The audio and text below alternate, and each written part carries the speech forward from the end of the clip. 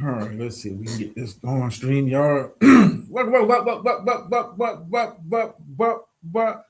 Welcome. Hope you all are having a good day. Hope you all are having a good week. Live and in living color. You know how we do around here. I know another show, another random-ish type show. We'll be breaking down my thoughts and review, fresh review of the new Spider-Man movie. What does it mean for Marvel? I think Marvel's cooked. Of course, we get into more nerd talk, other random type shit, and we'll kind of go from there. I may get into some bullshit later. I may, but give me a sec here while I'm still kind of getting my bearings, man. Just StreamYard, man. Yeah, your time is finite. I think I might be done after this year. I think I'm rock with you till December, and I'm getting the fuck on. Like I can't with it. It's always something, always something. Hold on for a sec. Let me get it together. Let me get it together. What is this one? What is this? Oh, okay. All right. Oh, see, season. Give shout outs to those who make it. So know those you coming in, man. It's always welcome and all that other good shit. Slanders in the building. You're that thumbs up. Yeah, man. It's school's back in, man. Some folks had to do what they had to do. Get them school clothes, man. Get them school clothes. Like shit. Get them school clothes, supplies for the year. You know, and the older your kids get, man, the more fashion forward, I guess they become. More fashion forward they become. But man, we here. We're just gonna kind of get into it. Uh, let me. I'm still trying to get set up here, man. I had to restart a couple times. Got kicked out a couple times. StreamYard just don't want to play. It'll be great, man. That's all it is. I got so much shit. I might have to just break some of this shit up and do it for another show. Um, yeah. So we get into the Spider-Man review. We want to go ahead and get that out of the way since it is fresh on my mind. Fresh on my mind. Yeah, let's go ahead and get into that first. Gene Peck tonight. Well, let's say this. Went saw Spider Man early today. I wanted to go see it. You know, before I came on live, I wanted to have fresh, fresh review of it. Saw it earlier today. And I wanted it to be fresh because I didn't want to, let it sit and marinate. And that's the thing, when you go watch blockbuster movies, if you sit and let it marinate, sometimes your opinion changes. Your view of the movie kind of softens. And like I said, I went and saw it early today. If I'm just judging it as a standalone movie, I give it a good 7.58 out of 10. It was a good view. It was a good viewing. Kept me interested throughout the entire movie. Of course, I'm gonna point out what I didn't like. What I did. Let me start with what I did like. I did like um, that it was the action scenes in this was done very well, but it's typically done well in the Spider-Man movie. And I will say this about the way Marvel and Sony, uh, you know, aka Fox, have handled the Spider-Man franchise. Um, they have done a awesome job curating the Spider Verse, if you want to call it that. Done a good job of curating that, making sure the Spider Man is always presented in a very positive light, and they did a good job with this one. Spider Man comes across feeling like a big movie character, a big name character in regards to the Marvel cinematic universe. Like I said, they treat the Spider Man franchise way better than they do, let's say, the Venom franchise, or hell, even the Captain America franchise. They do a very good job making sure Spider-Man's mystique stays on the level that it's on. They do a very good job of that. So, kudos for them for that. Like I said, the movie, the action scenes, I did like that. I did.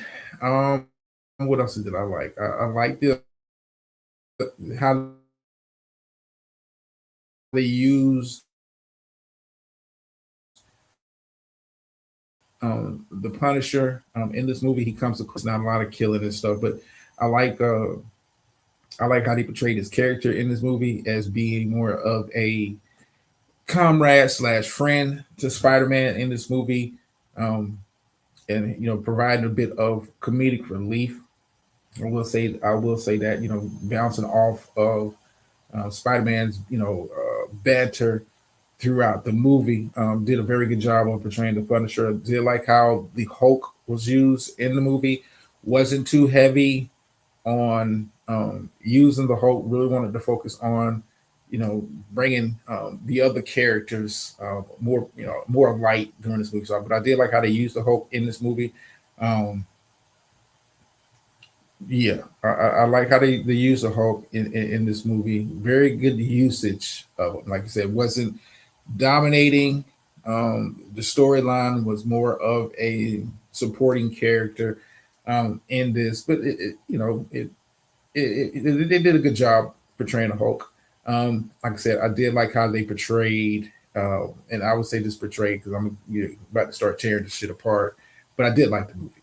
Um, I like how the Jean, they kind of had the Jean Grey character kind of play the villain throughout the movie, but not necessarily, not portraying her as a bad guy, more of a misunderstood, misunderstood. The real bad guys, you kind of figured it would be them being exposed towards the end of the movie. Like I said, did a good job. Hold on for a second. So you found the link on the wall. Okay, hold on. I'm here for the dragon. Okay, come Let's on, go. StreamYard. I see him back Let's here. go. Can you not hear Hello? me? I'm up on stage. Can you hear me? I hear you. Okay, can you hear me? Am I freezing I can hear again? you. No, you're I good. don't I look can like hear I'm you. freezing. Can you not hear me? Okay, if you're Okay, saying you can't anything, I hear can't me. hear you. Okay, hold Huh? on. No, ain't my shit. Okay, so you Yep. hear me, but okay, so I can't hear you. All right. Hey Murph, how you doing? Well, I just kind of continue on. Like I said, okay, so I couldn't hear you. Um, yeah, I couldn't hear him. I couldn't hear him, Murph. If he was talking, I couldn't hear him. Maybe it's some shit on my end. Um, but like I said, I like how the Jean Grey character. Hold on, let me see. Maybe it's Is it good now? hello. Can you hear me? I can hear you. I still can't hear. Hold on for a second.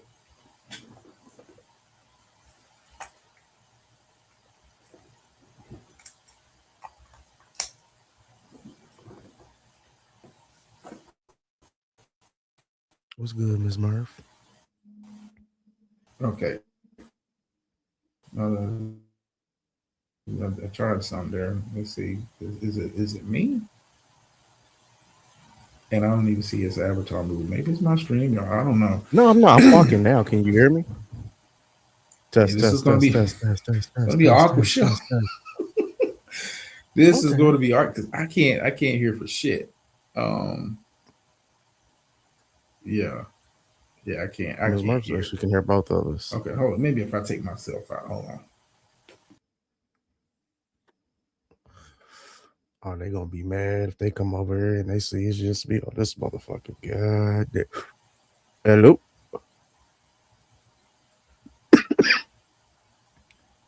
If you, I hear you clicking. I don't hear you talking. Yeah, Lord. Well, damn. All right, I guess I'll just cook Marvel from the chat. You got this, player. Hold it down.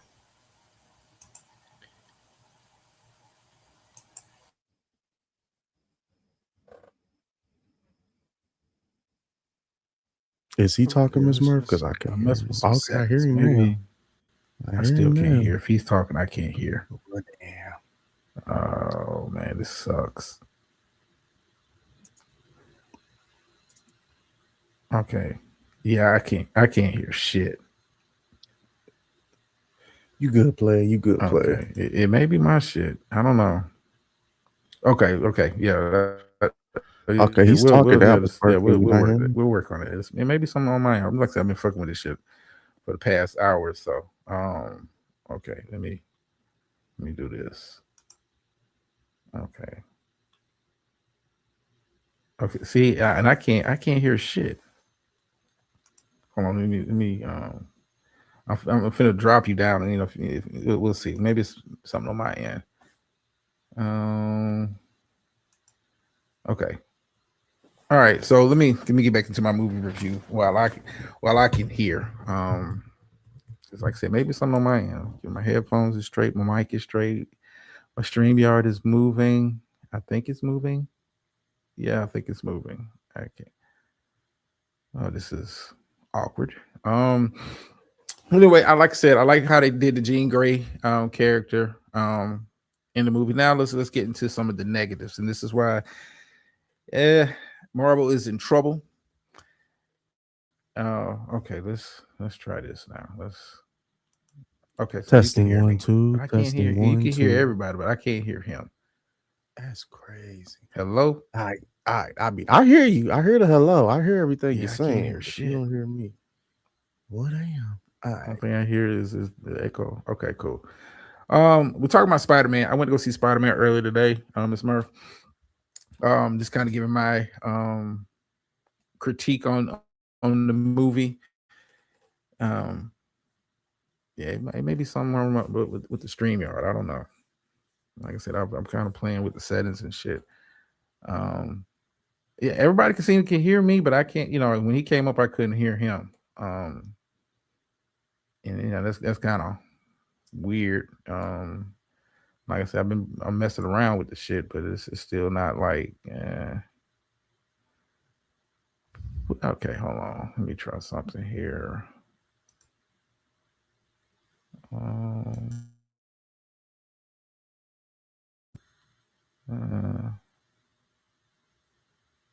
Okay.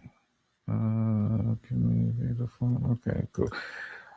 Okay, I'm just gonna have to rock with it. I'm just gonna have to rock with it. Now let's get into why I say Marvel is in trouble. Marvel is cooked.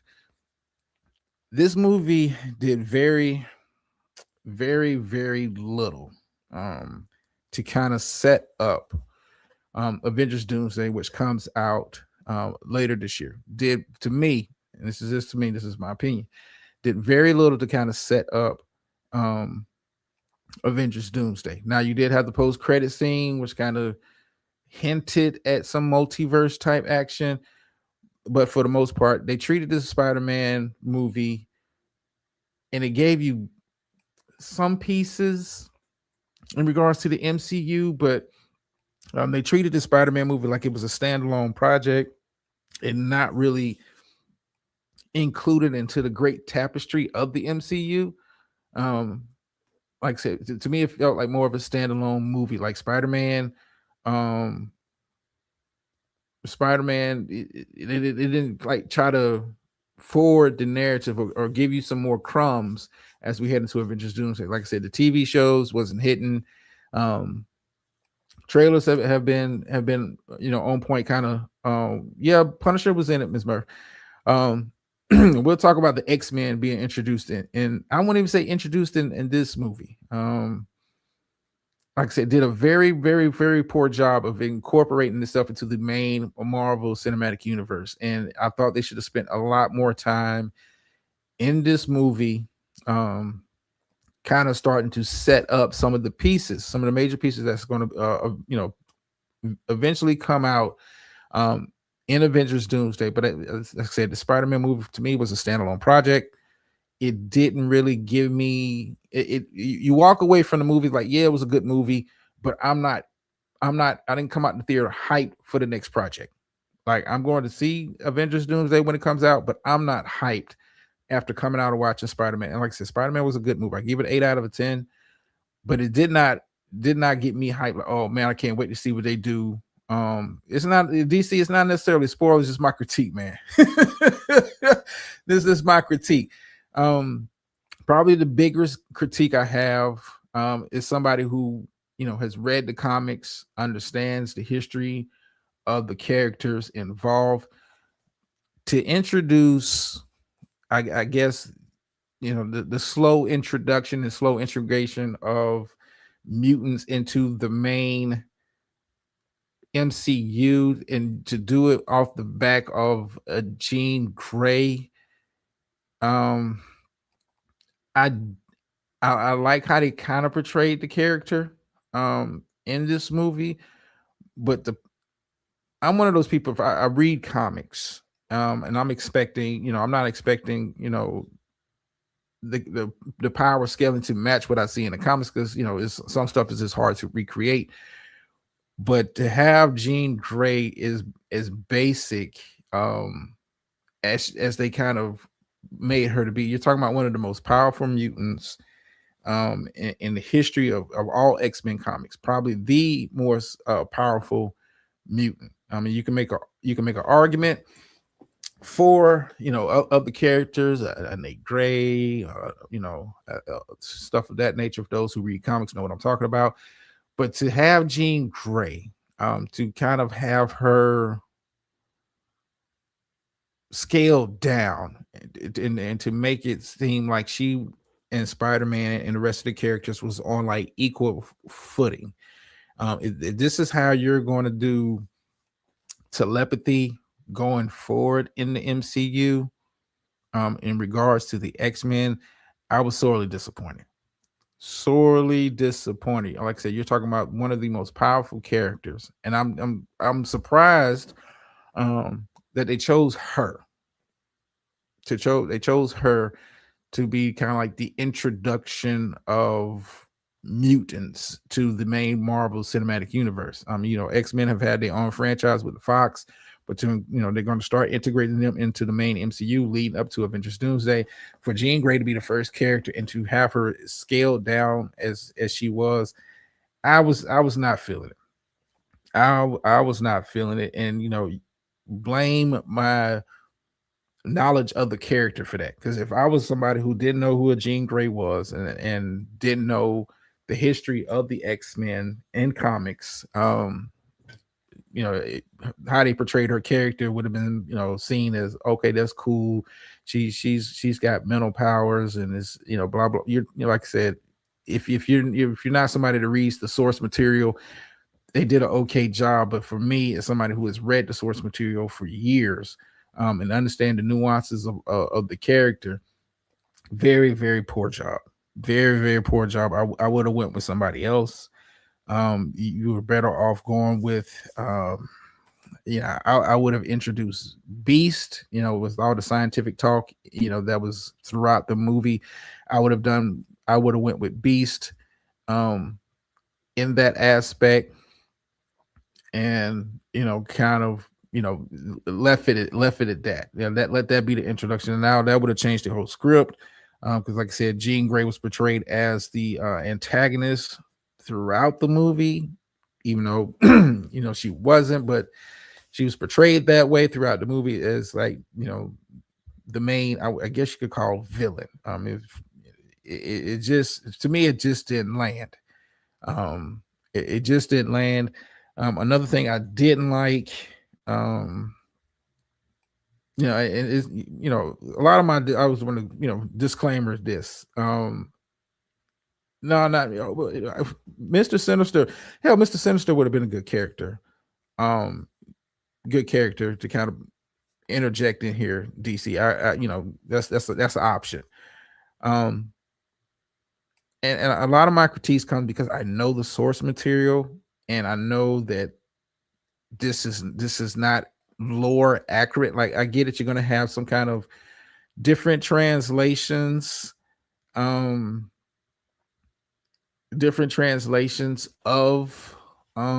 the source material to the cinematic stuff, but to be so far off is such a wide gap between what the source material is and what we got on screen. I was disappointed. That, for me, that kind of kept it away from being a 9 out of 10. Like I said, overall good movie, but that stuff like that, deviating so far from the source material. And then if you're going to deviate from the source material, like I said, it gave me nothing.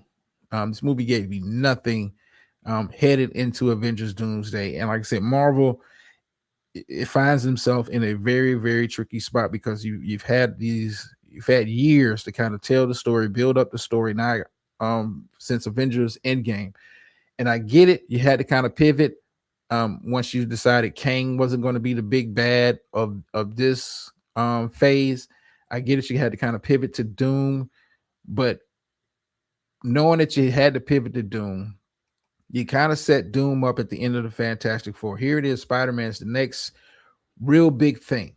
You had the Thunderbolts movie, kind of introducing the Fantastic Four in the post-credit scene, but for this movie, I was like expecting more of a clues to be kind of dropped and the narrative to be kind of start to set up what you have for Avengers Doomsday. And I didn't walk away from the theater with that.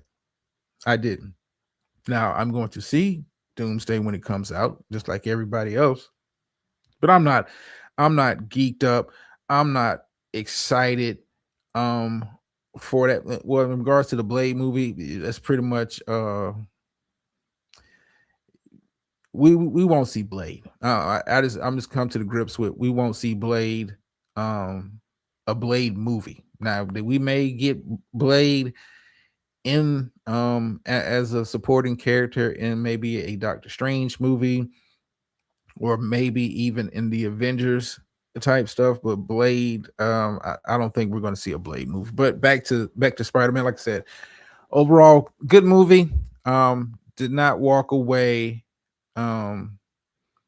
Did not walk away hyped for Avengers Doomsday. And for me, that's where I kind of knock it down from a possible 9 to a 8. Like I said, good movie, but it felt like a standalone project. Did not seem like it was going to integrate itself into the major Marvel MCU, where they're going towards with Doomsday. And Spider-Man for me was going to be kind of like the litmus test. Like, okay, Marvel, what are you going to do to set up Doomsday even more? And I didn't get that. The post-credit scene did not, the post-credit scene was just as vague as it wanted to be. You can watch the post-credit scene and it alludes to so many different things, and but it doesn't really tie in to the main hook you're going to need going into Avengers Doomsday. So Marvel's got to they've got to get it together. You're talking about it's August. This movie comes out in December. You've got 4 months to kind of build up. I expect the trailers as they get closer to start releasing more trailers.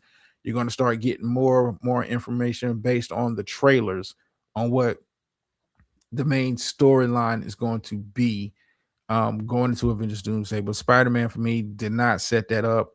And Marvel finds himself in a tight spot. Because you're talking about trying to pull off what you did with Avengers Endgame, how you built that story up, how you spent years building that, post-credit scenes building that, all of that time you spent building it up. And I get it, you had to pivot from Kang and the Jonathan Major situation, but we're years past that now. We're years past that, and for Marvel to have access to so much material, even with the TV shows did nothing to set up Avengers Doomsday once they started to pivot from Kang, the Kang Dynasty storyline. It just doesn't resonate. It just doesn't resonate. And like I said, Marvel to me is cook. I think they're going to make a lot of money with Avengers Doomsday. They're going to be box office, of course, and people are going to say, "Oh, this is a success." But Avengers is a brand name. Is a brand name. Now, once you do, here's the bigger thing. What do you do once Doomsday comes out? How does that lead into the next part of the storyline as you build towards Avengers Secret Wars? Like, I'm curious to see how they really introduce the X-Men into the main Marvel universe. Are we going to be getting what we got with Jean Grey? Because if we're getting what we got with Jean Grey, I'm not interested. I'm gonna keep it a buck with you. If they did what they did, if they're gonna do the X-Men like they did the Jean Grey character in this movie, I'm not interested. I'm not interested. Um, in the least bit. I'm not. Um, I'm just not. And Marvel with the stuff that they got coming out, you're talking about the Ghost Rider movie supposed to be coming out 2028. New Black Panther movie supposed to be coming out, and all this stuff. Like, I'm not excited for none of these projects. I'm not excited. I'm be honest with you. I'm not excited. For you to have access to so much material, this should be the easiest thing. Like, you got so much material to pick from. This should be the easiest thing to do. Is like, hey, just pick a major storyline. Marvel does them like throughout the year, all the time. Major storylines that crossover events, so much source material. And this is, and Secret Wars was a big thing back in, I want to say it came out in like 2015, but they even spent years in the comics building that up. I mean, to tell me Marvel couldn't reach out to the writers who built up that storyline and kind of gotten some tips on how to make this work on a cinematic level. I'm just, listen, Doomsday is going to be, to me, it's going to feel like Spider-Man. It's going to feel like a standalone movie. It's not going to feel like it's building up the rest of the MCU. And that's why you saw, you see Marvel bring back, the Chris Evans, the Robert Downey Jr.'s. Like, they find themselves in a tough spot. The stuff that they've been putting out has been trash. I'm just gonna keep it a buck with you. And it shouldn't be as trash because you have so much good material that you can pull from. And you spent like the first, like the whole Avengers Endgame, the Thanos thing, like you spent years pulling for so much good material to build up that. And here we are with Doomsday. And I can't blame it on, well, we had to pivot from Kang. They fired Jonathan Majors, what, 3-4 years ago? Like, you've had TV shows come out since then. And I mean, your selection of people to do shows, like, listen, Ironheart is not a character that moves the needle. Like, Ironheart is not a character that moves the needle. Wonder Man is not a way to move the needle. I mean, we're talking about characters even in comic books that are bit characters, supporting characters. Where Robert you went after Endgame. Well, I mean, I get you really didn't have to pivot from Jonathan Majors Kang, because I think with the stuff you did with Loki, and then the Ant-Man Quantumania, you was building up the storyline for Kang Dynasty, which I thought would have been a dope story to tell, because Kang is one of the most unique characters in comic books. But you pivoted off of him, and then if you hey, we're gonna make Doom the big bad villain, okay, let's get more of a push. And let's start really incorporating the name Doom and into our material. And like you got teasers of that in Fantastic Four, you got teasers of that in Thunderbolts.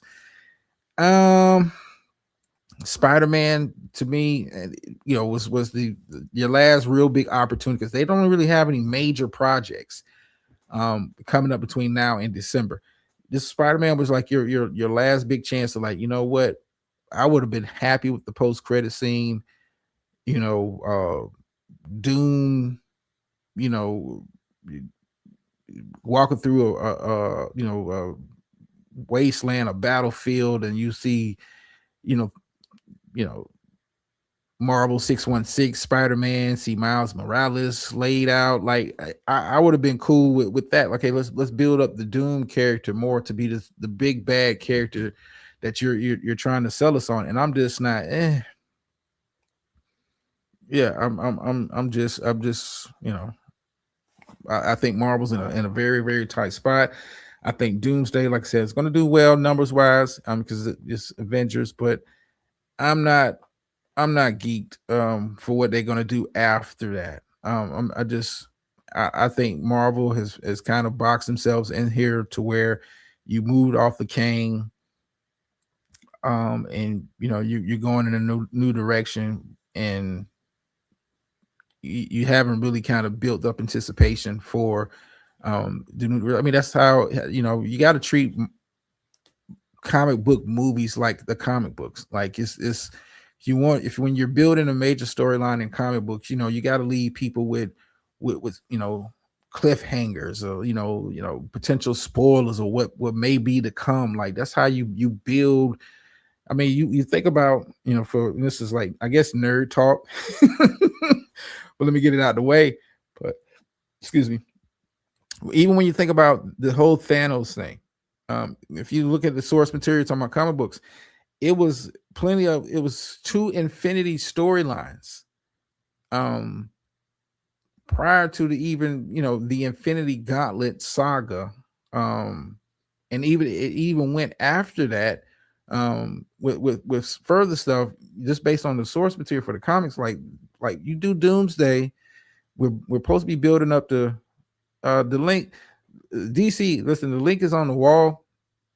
For whatever reason, StreamYard is acting up now. If you come up and you can't hear me, like everybody say they can hear everybody else, I can't hear. I'm just letting you know. But the link is on the StreamYard. If you come up and whatever.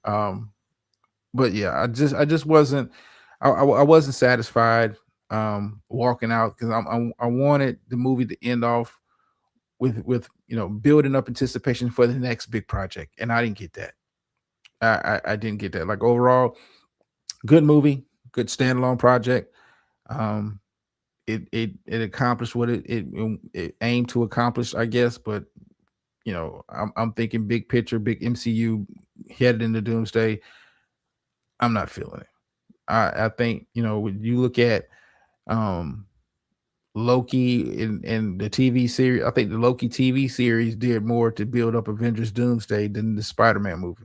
And Loki's, that was what, a couple years ago, when that series wrapped up. I think that series did more, to build up, multiverse and timelines and that kind of stuff that you're going to see in Avengers Doomsday and Secret Wars than Spider-Man did. Like I said, Spider-Man felt like a standalone project, and I just, a bit disappointed. But overall, good movie. If you haven't seen it, go see it. It'll keep you entertained. But if you're one of those comic book nerds like myself, that are into that kind of stuff, you're gonna walk away feeling a little let down. I'm just gonna be honest with you. You're gonna be a little let down. Doomsday flop. See, what do you think? I don't think Doomsday is gonna flop. I think it's impossible for Doomsday to flop, because this is Marvel's bread and butter here, an Avengers movie. And the fact that you brought back Chris Evans, and brought back Thor, you brought your heavy hitters for this movie. I don't think it can flop. I think it's there's so much pressure on this movie to not only pay off some storylines. It should be on my wall for this channel, DC. It should be. Let me check real quick. It should be on there. If you don't see, let me see if I can see. We'll stream it out. Let me drop it again. No, so I think it's on my wall. I think my last community post on this channel. But like I said, if you want to go see it, it's a good watch. Took about 2.5 hours. I don't want to give the spoilers away, but it was like I said, pretty good movie. Would I go see it again? Yeah, like I said, it's for me, but it's just it's a standalone movie. If you're going to go watch it again to try to get clues to the Doomsday movie, or clues about the multiverse, you're gonna be disappointed. I'm gonna be honest with you. You're gonna be disappointed. But moving on, I think I think that's the major thing. Hold on for a second. 'Cause I want to get into some fun stuff. Well, since I'm on nerd shit, let me. I do want to share a video if StreamYard to let me do it. Let me see, share. Where is it at? I thought this was kind of dope for my nerds out there. Give me a second. I thought this was kind of dope.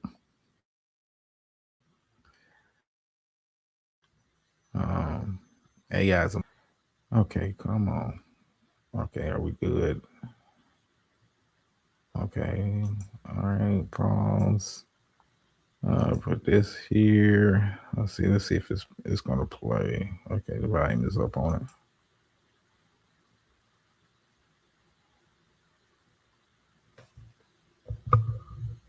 it. Okay, come on. All right, is it my shit? Okay, hold on, let me go back over here. Okay, so I see it on the screen. What is it? It's not playing. Hold on. Okay. Is this something I did? Okay, give me a sec.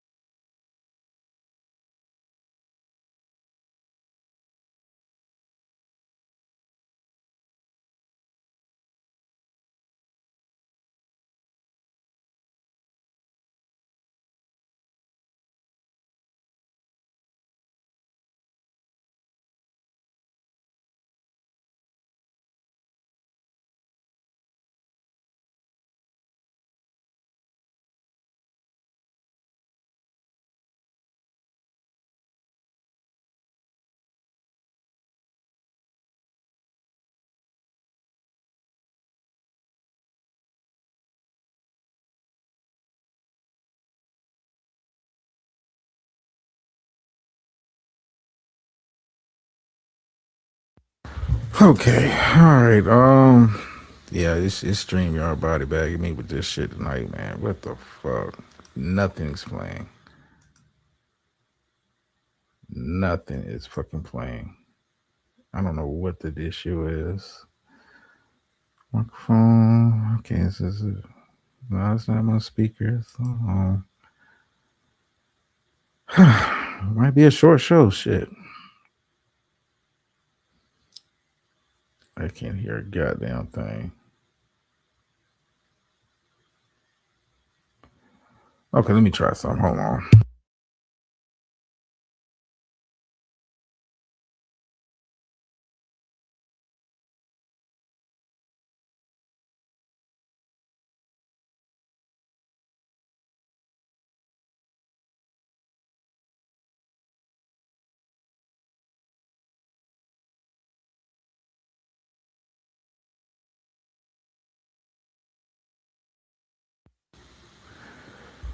Okay, hold on.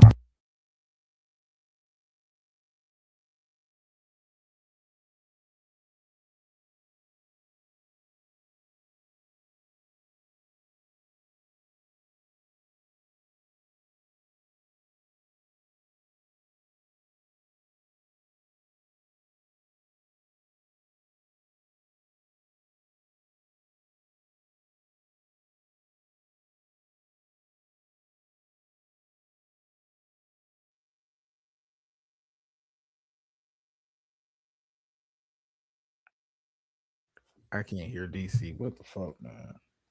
Yo, I wasn't talking. I just started now. Okay, I can hear you now. Thank God. Okay, yeah, I can hear you too. Okay, what's up, man? Man, nothing All right, what's much. I good, was DC? just I was just listening to what you was talking about with the Spider-Man movie. You know, I ain't seen it yet. Last week I had a real bad crick in my neck. I wasn't able to like really go see it. So then this week I'm finna go see it. But yeah, like Mhm. you thought it was 8 out of 10 though?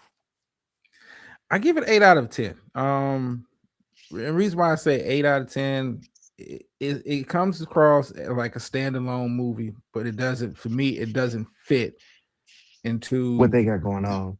the larger picture. Like it's almost like they're still treating Spider-Man like a whole separate universe. You know what I'm saying? Like it's just his own. Like he's part of the MCU, but he's not really, part of the MCU. And like you introduced, um,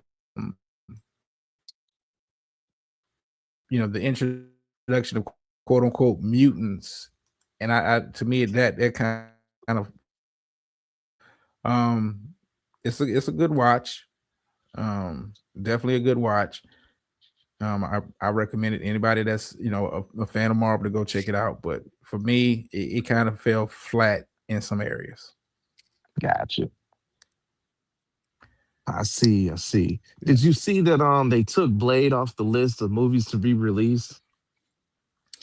They they've been putting it on, taking it off, putting it on, taking it off. At this point, I don't even want to see it. I'm gonna be honest with you. Um,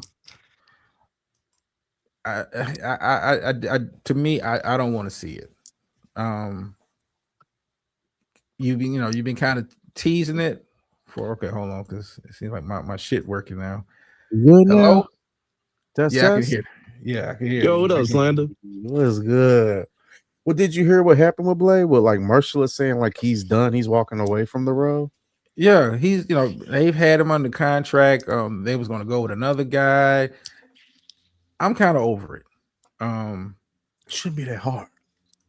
I'm just to me, Blade is if it's Wesley Snipes, though.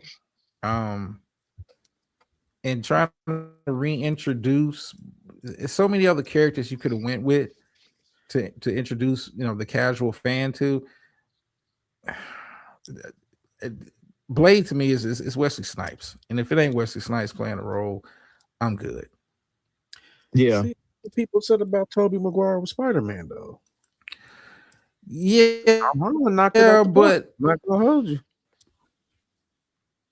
yeah, but Tobey Maguire, it wasn't listen. Tobey Maguire did a good job with Spider-Man, but let's keep it a buck. It wasn't like them movies was awesome like that. It's not Oh like yeah. it's not like Tobey Maguire cemented himself as that character like Hugh Jackman did with Wolverine. No, it's not Okay. even. Hey, beautiful. It's not even in the same ballpark.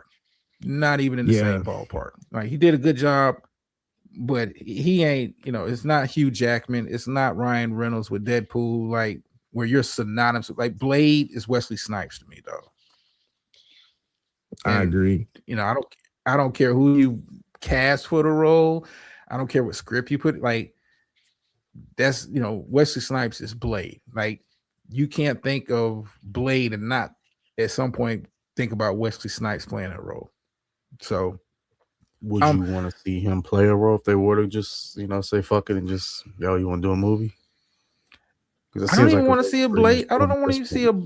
Here's the thing. Even if you bring and this is part of like Marvel's problem with the cinematic universe. You got to kind of narrow. You got to narrow it down. You got to narrow your scope some. Everybody don't deserve screen time. It's true. And it's like you got to treat it like the comic book universe does. Like some people are just going to forever be supporting characters in a main storyline. Some characters will never be box office. They'll never get there. So just be cool with that.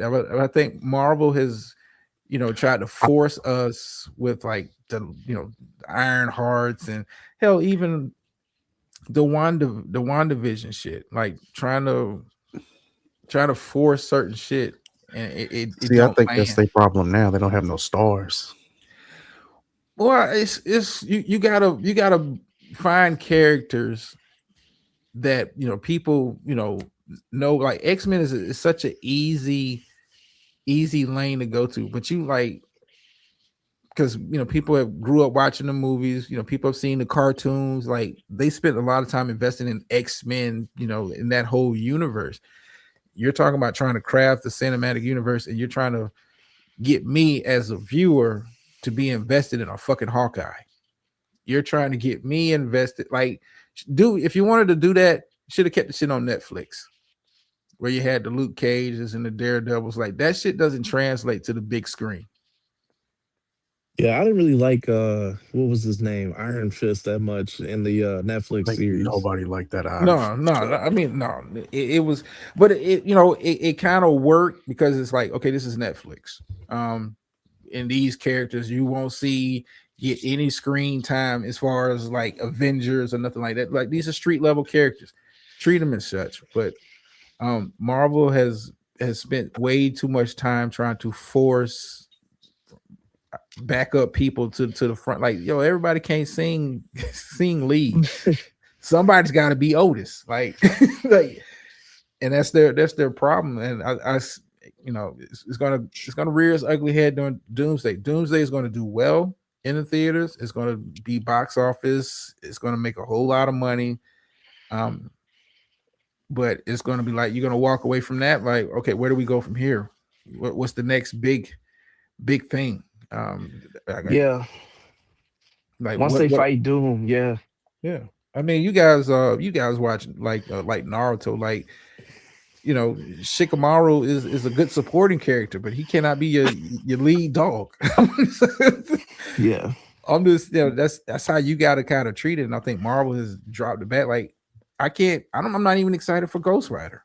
To me, Ghost Rider fits into like the Doctor Strange portion of Marvel. Like keep it. You can't make me get excited for Ghost Rider. I seen what it looks like on the big screen twice, and it didn't land.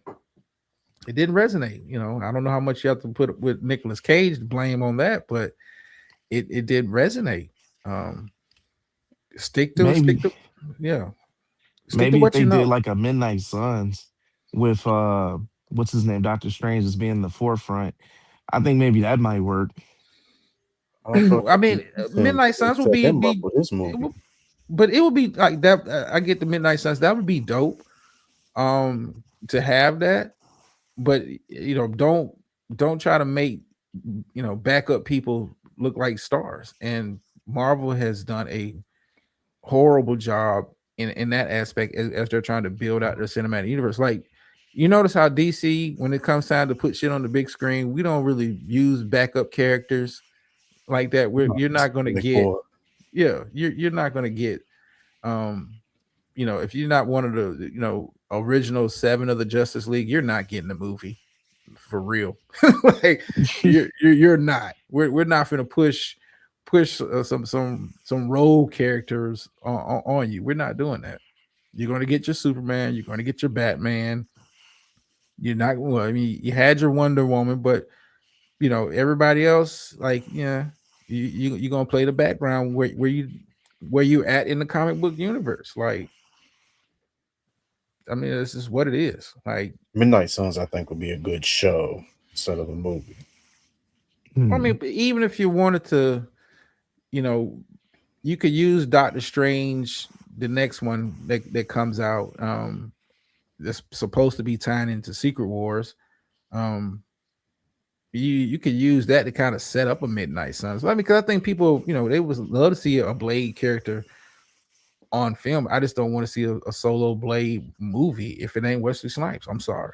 Well, remember they introduced him in what was it, Black Knight at the end of Eternals. I want to You say. Oh, see, that should be dope if they had did that. well, but you saw They how set it Eternals up. kind of played out though. It's like you're introducing people. Like Eternals would have been a good TV show, not a movie. Not a movie. Yeah. I mean, because Eternals don't really have a steady line of comics. They don't have. They're not a brand. Iron Man is a brand. Captain America is a brand. Hulk is a brand. Like, Bringing Thanos in so early too was probably part of the problem because it's like Nah, that was perfect. it was perfect to you. Just the way they set it up, like drama broke it down. You got to think we knew about Thanos fucking in 6 movies before we actually like saw him speak and all that. You know, at that post credit scene where he put his helmet on, I put the glove on and said it's time. Yeah. Right. No, no, no. The way they set him up was perfect, but I mean like power scaling wise, like once you get done with that arc, there's only so many levels higher that you can go. Well, I mean, but even if you like I said, it's so much source material. Um, like like take what they're trying to do with Doom. You're talking about Secret Wars. Those people that know the source material, read the comics, you know, he was God Emperor Doom. Um, he was at the if you read the comic, he snatched up Thanos during the comic. Like he was God level. Um, Hmm. but you gotta kind of, it's like I said, it's so much source material. You could have made a they could make Apocalypse like with introduction of the X-Men. You can make Apocalypse the next big bad. It'll hit if you're doing it right. Yeah, if Um, they start introducing lore about the horsemen and stuff, yeah, and like they just drop it in like they did with Thanos, like they build it up. Apocalypse would be cold. yeah, like have like the end of the X-Men movie, like Wolverine gets snatched up and being turned into the Horseman of Death. Like, oh shit, Apocalypse is going to be the next big bad. It's so much. Let's say they've got so much material to pick from. They just executed it well with Thanos. I think they would have did a good job executing it with Kang. If they'd have just kept with it, but I guess you got to pivot off of Jonathan Majors, and that kind of killed that because the Loki series really set up Kang to me. They Yeah, did, they should have yeah, kept the Kang thing in rotation. yeah, Fuck it. yeah.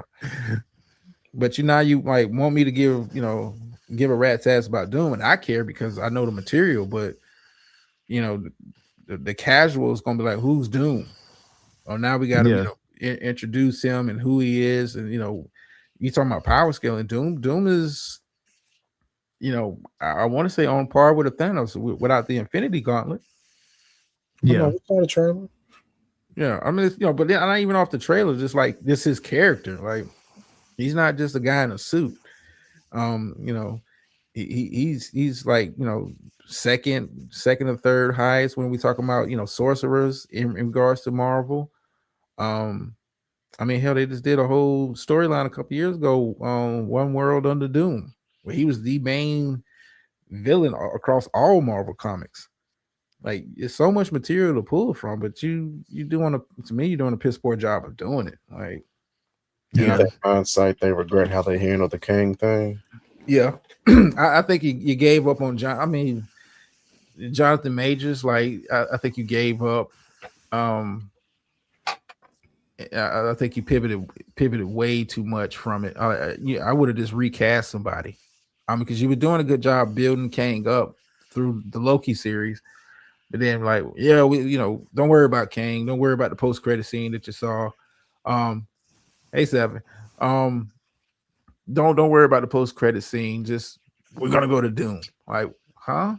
Like, like I can't forget what you've been building for like 3 or 4 years. Like, yeah, okay, Jonathan Majors is not going to play Kang. Okay, we get it, but you could have recast somebody for the role. But even his situation wasn't like for like he did like now that it's been some time, like, I don't feel like he deserved to be canceled after Oh all that. no, no, You know what no, I'm but saying? That's what I was saying. Like I feel like they just because they like you said they tried to Thanos him. They set him up too good. You done put him in shows and all that shit, and now it's like yeah, like you said, now you want us to forget. swap. Yeah, yeah, this forget what you saw with the whole TVA. This forget all of that. With Quantum Mania. This forget all of that, people, and we're gonna go. We kind of listen. If you look at Avengers Boy, Endgame, they were setting up Kang with that. Even the next big bad time traveler, it fits. We just pivot to Doom, and like I said, watching Spider-Man, I didn't nothing gave off Avengers Doomsday to me. Not even the post credit scene. Nothing. nah. Nothing Which got me hurts it, hyped. terrible. Nothing got me hyped for the Avengers movie. Like, yo, I can't wait to see how this plays out. Nothing. I know Nothing. they'll never do this, but I really wish they would do this. When this stuff starts losing all its hype and nobody cares about it anymore, if they would give me a trilogy and make it Mojo World, I'd pay any amount of money and just have people die in Mojo World. I'd love it. I swear to God, I'd pay it to go see that. Well, see, Like, you're a I'm a hardcore. fan. You're a hardcore. You're a hardcore fan. So like, it's plenty. Listen, it's plenty of storylines. I would love to see play out. On the movie screen. Um, hell, I would like if you're gonna do Blade. I would like to see how you do Blood Hunt. That major crossover event they had a couple years ago. So much material to pull from. Just yeah, Hell, even Venom, they were setting up the Noah fucking Yeah. situation. Are they gonna scrap that now? Because that's done. I'm pretty much. I thought like leading into Spider-Man, especially how the last Venom movie ended. We're going to get the Venom character introduced in the Spider-Man movie. That's That what would I have been thought. great. Yeah, I thought that was who's going to be big. I was like Jean Grey, like, huh? And see, even that, I feel like that would have been a dope post-credit scene. Just how her scene ended, just have her back on there and just someone in her head. Hey, we have a school that we can help. You know what I'm saying? Bow. Oh shit! That you know what I'm saying? That would have been great. Yeah. But They just got her on the bus. that's Like, it. you left so much meat on the bone, and like I said, this was Marvel's last big attempt outside of trailers to get people hyped up going into Doomsday, and I just like for me fell flat. I ain't fucking with it. So y'all didn't like WandaVision? I know. Not I really. thoroughly enjoy WandaVision. I But loved it too. my issue with that is, if you didn't watch WandaVision, you didn't know what the fuck was going on in Doctor Strange. Yeah, I Yeah. get You you. know what I'm saying? And I hate that they go that route with certain shows. Like I watched the Punisher show on Disney Plus because I thought that was gonna have something to do with the fucking shit, but it didn't. But you know, it was still good.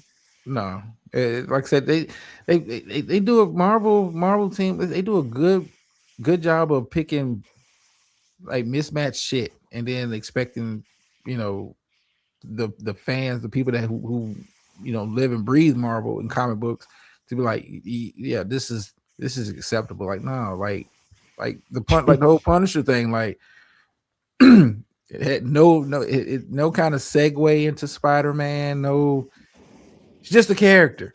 Like WandaVision, she's just she was just portrayed as as a character. Did y'all And watch Agatha All Along? I got I watch did, I did, but even that was like, why is she even getting a TV series? Agatha, I mean, seriously, Agatha is listen. Everybody cannot be the lead singer. Everybody can't be Eddie Kane, man. Somebody got to be in the background. Somebody got to be church boy. See, I think with that though, they were trying to introduce Wanda's son because they want to go that young Avenger route. But He's a big character. Like, no, there's so many. It's like look how they played Galactus in the Fantastic Four movie. You're talking about one of the most powerful dudes in the universe, period, and they played him out of pocket. What Galactus do you think was worse, that one or the original Fantastic Four one? Oh, the original, of course. We didn't see just a cloud. Yeah, the original was I don't know what the fuck they was thinking with that one. I don't know. Maybe you couldn't pay for the effects. I don't fucking know. That was horrible. But like I said, Marvel to me, Marvel's cooked, man. I don't see how in the span of 2.5-3 hours with Doomsday that you set up Secret Wars, how you set up the MCU going forward with just one movie, and Spider-Man did not help it to me. How long do you think Doomsday has to be for them to be able to like get everything they needed done? Cross their T's, dot their I's. You know what I'm saying? It's got to be. They're gonna have a lot of stuff to cover. It's going to be 3 hours. Yeah, it's got. I think you do more than 3. You're pushing it. Yeah, I think 3. I think 3 max. Um, I mean, you're talking about this off the stuff that they not even the source material, just the stuff that they're trying to set up with the trailer. Like, How long okay, is how, Spider Man? 2.5. That's not bad. Yeah, two. I mean, it was 2.5. I mean, but it's Spider Man. You talking about 2.5, and it was a standalone movie. You're talking about Avengers Doomsday. This is supposed to be the event, and how you going to build up the anticipation moving forward. I look at Doomsday. This is supposed to be the jump off point leading into Secret Wars, the next Avengers movie that comes out in a couple years after that. How does Doomsday set up everything that you're planning to put out after Doomsday? Like it to me is, I don't see how they pull this shit off. The shits is it's not in order. You haven't really built up the proper structure for it. Like nothing. Like we're just putting out movies, and I'm gonna go. Like I said, I'm gonna go see it. I think it'll be a good watch. But you're gonna walk out with more questions, not because oh man, I can't wait to see what they do. Like it's like, how does this work? Like where does Ghost Rider fit into the MCU? Oh, we're just gonna give him a movie. Yeah, I'm good. They missed the mark though with like timing, because like I felt like Blade could have been introduced back when they was doing the Thor movie where they were trying to make it Eternal Night. Yeah. That was the opportunity I feel like to spin Blade. Oh, they made it Eternal Night while this happened. Something happened with Dracula during that time because it was Eternal Night. They could have did something right then and there, but they didn't go that route. So then it's like, why introduce him now at this point when you're about to go fight Doom? Now we show Blade. That'd be crazy. Because I saw how well he did in fucking Deadpool 2 or Deadpool 3. He whooped ass in Deadpool 2 or 3 or saw whichever. But that was, I mean, but even if you put Blade in an Avengers Doomsday, how does he fit? Alongside, like, for one, he wasn't even a bit character during that storyline. Like, I mean, you brought the big dogs back. Would I love to see a Blade movie with Wesley Snipes? If you put it out there, I'll watch it. But bet on making that a TV series. Ghost Rider could be a TV series. I'm just some shit is not for the big screen. Stick to what DC does a good job of saying, hey, we're not going to force these characters that nobody really gives a fuck about or really knows like that. We're not going to make them the focal point of our cinematic universe. Like, we're not. Luke Cage won't be on the big screen. he's not getting the movie. Sorry. We're happy with him doing spot appearances in our TV shows, but that's about it. He's not. Like the TV show was dope, but it ain't. Some shit's just dope for TV. Some shit is just built for the movies. And Avengers to me is, just Doomsday. It's more questions than answers. I don't even know how the fuck they're gonna pull this shit off, because you've done no real setup to it, none. So yeah, but go watch Spider-Man, people.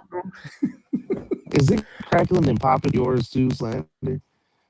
No, it's just you. Like I hear you crackling and popping when you talk now. Damn.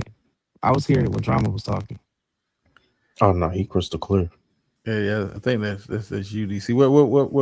What trap are you in now, DC? I actually am at home this time. Okay. Well, continue with the nerd talk. For my One Piece people out there. Shit. I'm out disappointment. Again. I'm out again, man. But you read every chapter. I ain't even go ahead. I can't. I can't.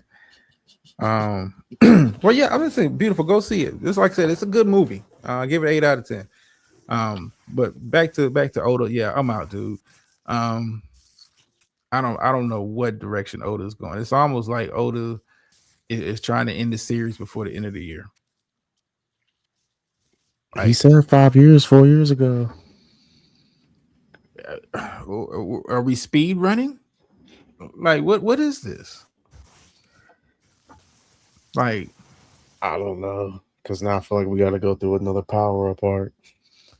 I mean, that's where it's headed. I mean, and we kind of knew it was heading there, but did you really need Emu to pull that off? Who gonna help? Because I feel like somebody about to get killed. My bad, offed. You know, I think Scoppers, they you know, he might be getting packed up. Definitely get packed. When we got packed up, he getting packed the fuck up. Yeah, he probably getting packed up. I mean, it's a good display of power, but he's probably getting packed up. You know, I heard last show you said you don't like the whole weapon situation, the 19 swords that represent the 19 families. No, You don't like that? I mean, like they got. Listen, I get it. Emu's supposed to be the last big bad, but no, I haven't seen a big bad be portrayed as this OP. Yet, and I get it. He's supposed to be the last big bad, but I mean, even Kaido. You talk about Kaido. You know, he was. You know, he used to run under somebody. It's like I get you. You're the final boss, but goddamn, man. Yeah. Do you have any flaws? You know, I expected him to be there not that long. You know, go in there, wreck shop, and set up the power scaling. But I mean, I feel like that's how they're gonna get away. He's just gonna magically run out of time. but it hasn't even. You know, they haven't even given you a clue that that's possibly happening. Like it wasn't like he got there. You know, only have 1 hour before the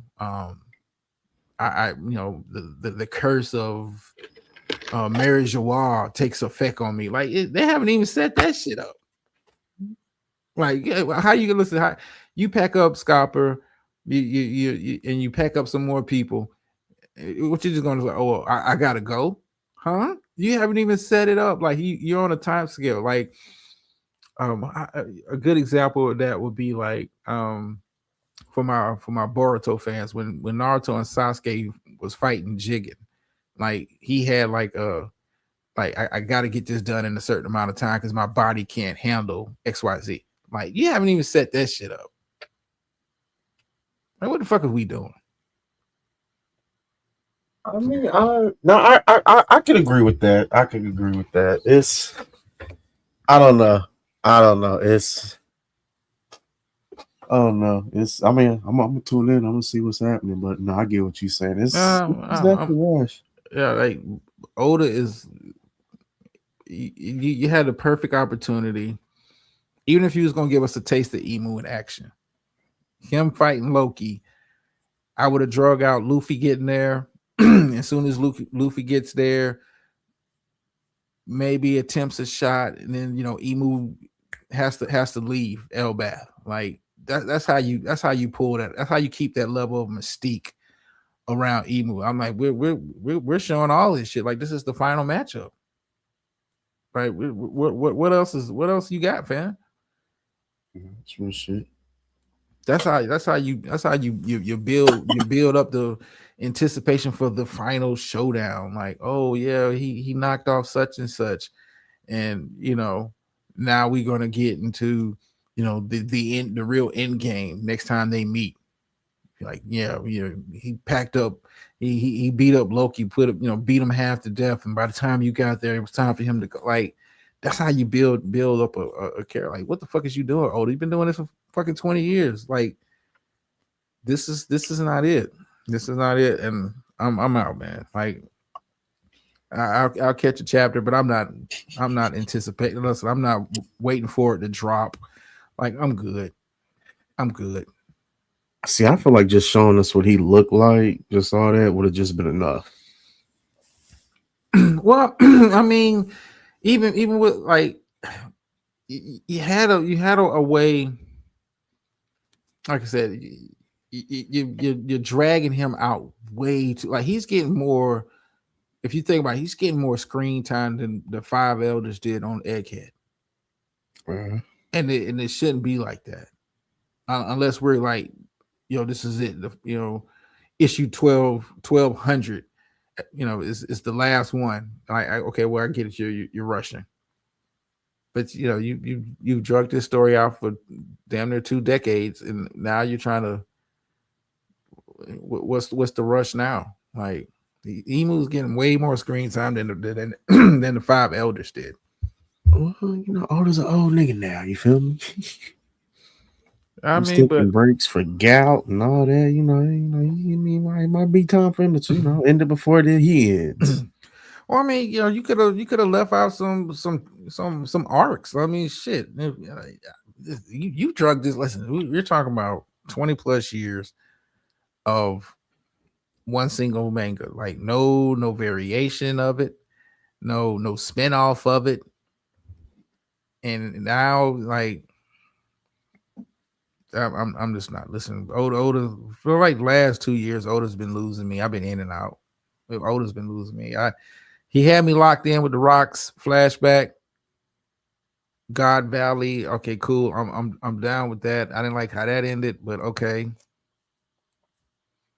But yeah, I'm I'm out on it, man. I just can't fuck with it like that. If I catch a chapter, if it come out, okay, cool. I'm good, man. This is not. I know we have to get to the power up. The next power up, Gear 6 is coming. Like, I get it. You think that's gonna be a Gear 6? Has to be. You can't after getting I don't know what the washed fuck like. it could be at this point. Gear 5 Nah. can make anything. Well, I mean, they've alluded to it that it's another level. Like when he was talking about that, you're not Joy Boy, because Joy Boy wasn't this week. So I'm assuming it's another level he's got to go to. Because Luffy's getting packed up.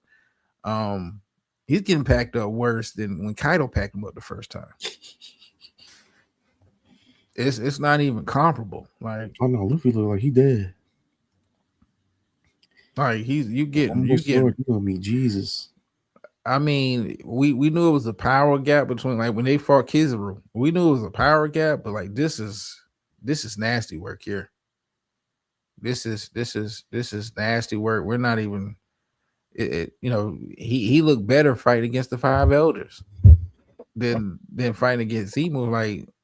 Like, why are you even here? Like, Loki's put up a better fight than Luffy. If you really think about it, Loki put up a better fight than Luffy. What do you think happens to Loki after this arc?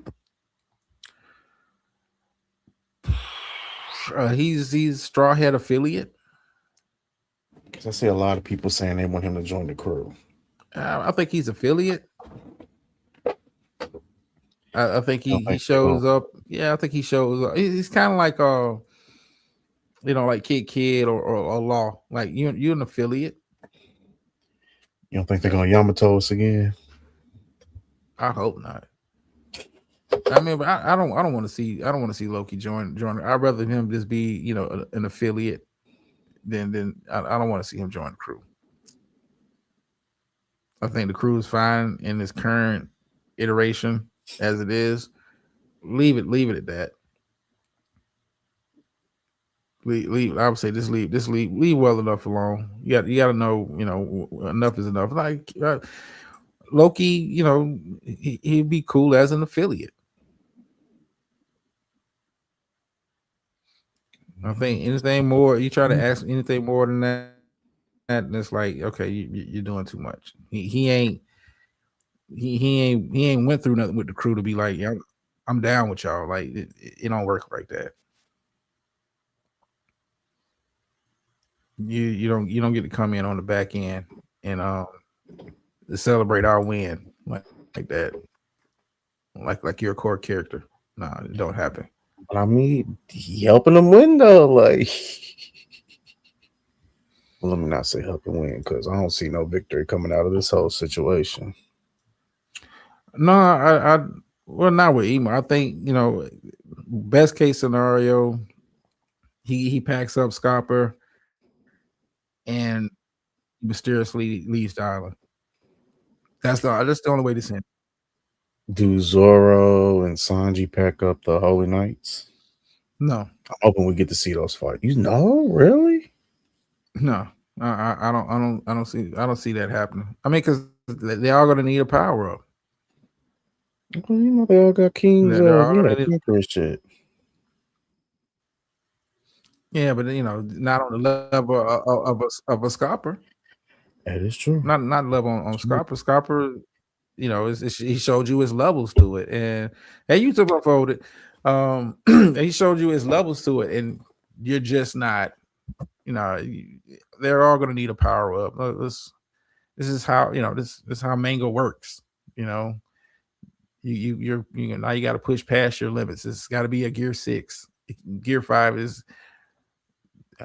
You really think about it, Gear 5 it's really been a disappointment. How they've kind of see if Scopper gets packed up, character. Who teaches them and helps them get to that next level. Do we get another Rayleigh training arc? I hope to God not, because that's Rayleigh training 3 people.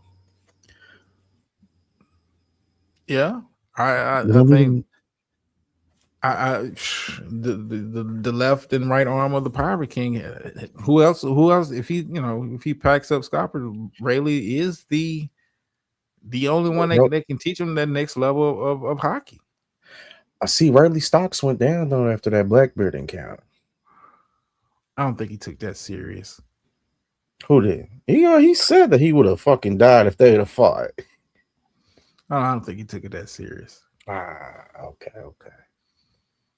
I don't. And then the whole Blackbeard was. I think you need to, once you get off of Emu and Elbath, hell, I wouldn't mind while they're kind of licking their wounds on Elbath. Give me a short arc, dealing with Blackbeard and what he's got going on. Yeah, because he's supposed to be one of the. Yeah. See, we need a Blackbeard arc. Yeah, we need a few more arcs before we wrap it up. I mean, but hell, the way it's going, with Emu, what he's doing on Elbath, all the Straw Hats going to make it off the island. I feel like one of them need to go, meet Jesus, but I don't think Oda would do that. If like he get too much backlash, then it's like, who do you take off? I mean, if I had to pick a Straw Hat that needs to go to the end, I would probably say Jinbei first, and I would probably say Nami. I don't think he can do that to Nami. Jinbei, I wouldn't be mad at, but if you're gonna do like an older character, I would say Usopp. Nah, Usopp. I think to me, Usopp's got a bigger fan base than Nami. I don't know. Yeah, you're not packing up Chopper. Now kind of alluded to him having the Forest God Devil Fruit. He kind of alluded to that a couple chapters ago. So like, nah, Jinbei for sure. Because he's like old generation. Then I would say probably Nami. That's crazy. Yeah, you know what? I'm sticking with Usopp just because we had so much high expectations for him this arc, and nothing's kind of happened with him. Well, they've kind of, I think after this arc, Usopp takes probably the biggest jump in power scaling. Not that he's going to be equal, but I think he takes a big jump in power scaling after this arc. I just got a feeling they're going to go that route, give him some kind of power scaling. He got the fucking best observation hockey in the fucking world. But it's levels. I think they're going to push that more to the forefront and make that a bigger deal. Yeah. I think that's how that plays. I think they're gonna make that. I think they all need a boost. I mean, they're all kind of tapered off after Wano. You can't. I mean, none of them gotten stronger, with the exception maybe Sanji just realizing he had Congress Haki, but they haven't necessarily gotten any stronger. But I feel like, what more can you do with them? Like, I would be like, do you think Usopp can get Conqueror's Haki? I hope not. I mean, I think we were talking about Conqueror's Haki and the levels to it. I think you got to leave that with the big three. I mean, but going to Elbaf, that could have been this could have been a power, a training arc to a degree. Like, hey, we just caught the fade with the 5 elders, and we're not there yet. Like, okay, we get a little, like, you look at how Gear 5 is like, he was having debatables with Lucci. Like, yeah, I guess you was having fun, but timing period with it, he'll be good. I mean, but you was having debatables with Lucci.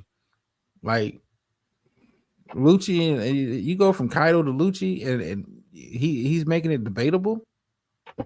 Come on. In his defense, his Devil Fruit was awakened too. And they say Zone Devil Fruit's awakened is a whole different monster. You go from Kaido. I hear you. I'm with you on that one. I'm with Kaido was the creme de la creme, strongest beast in the world. You feel me? I don't even feel like the way he won was, some real shit. But I mean, they gave him an out even with the Kaido shit. But you having classics with Kaido, then now you having debatables with Lucci. Like, nah, get the fuck out of here. So how would you power up the Straw Hats? Because I know you said you feel like they need to get stronger. Well, if Scopper doesn't get packed up, you gotta have him take their Haki to the next level. I ain't talking about the big three. I'm talking about the other ones, like your Namis, your Choppers, your Robins, your Frankie. Well, Frankie got power up this arc, Yeah, he. I mean, I don't think Nami can get a power up. I don't think. I feel like our shit's maxed out with the Zeus thing. I think Robin is maxed out. Like, I would like to still get armor it, but I think your big three have to take it to the next. I think Chopper could be in for a power up. Could be. I don't know. I mean, but that would be a push. I think Usopp is gonna need a power up coming off of Elbaf, since Elbaf is supposed to be his arc.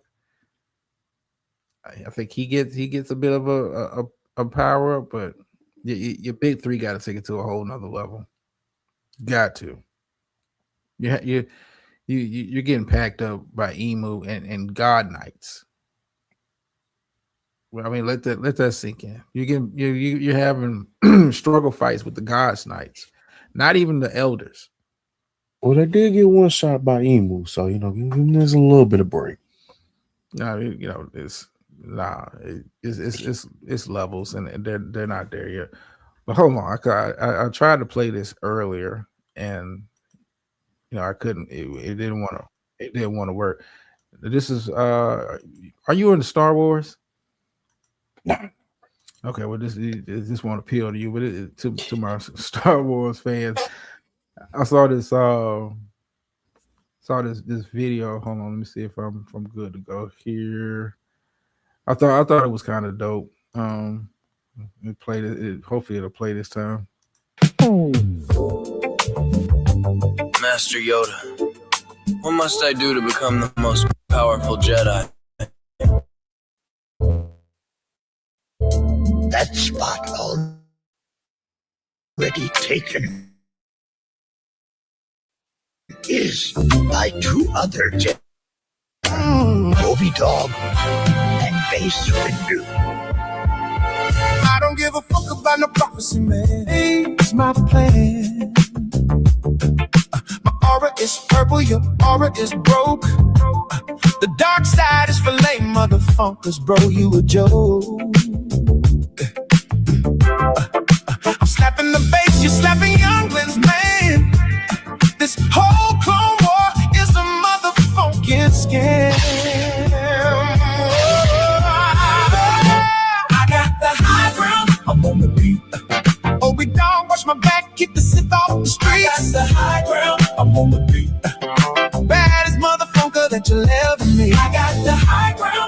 the beat. Two Jedi dogs, we are the hustle elite. I got the high ground, I'm on the beat. I have had it with your whining. Just take a seat. Don't bring that Jar Jar energy around me. Brought no droids in the studio. I told y'all to go. Keep your phone committed, glory and count to yourself. Get credits on the low, just keep to yourself. Good relations with your girl I have. That's so true. You gon' make me slap the shit right out of you. You're not the chosen one, go check yourself. May the force be with somebody else. I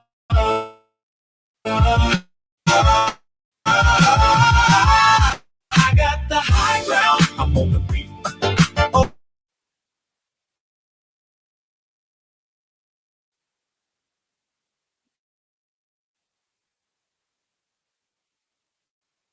The high ground, I'm on the beat. I have had it with your bullshit. Just take a seat.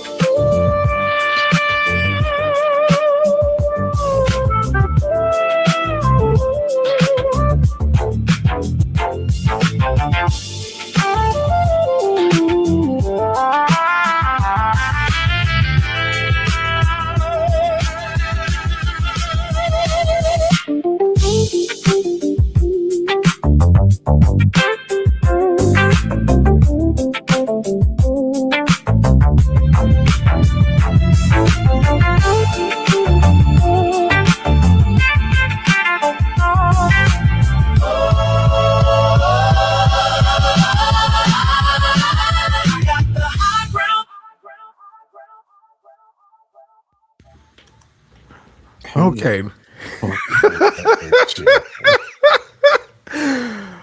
Oh, yeah, beautiful. Yeah, I thought it was dope. Okay, let me go No, back that was over funny. here. That was funny as fuck. That was hilarious. Nigga had their No, I life thought- set I up. thought- No, that was hilarious. Now, I showed a video last week of these old men, doing the cologne challenge. I recently got another submission. Seems like P has joined in on the challenge. Hold on, let me get it together. Hold on, which one is it? Okay, yeah.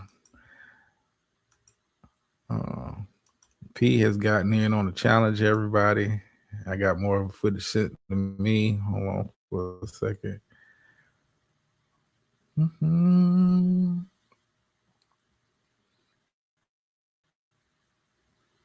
Okay. Video is loading. Hold on.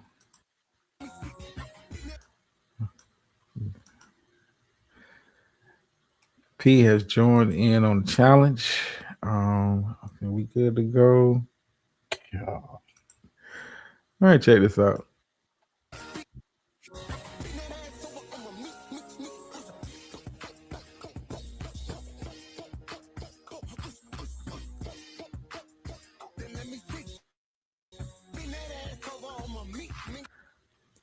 I think P did a good job there.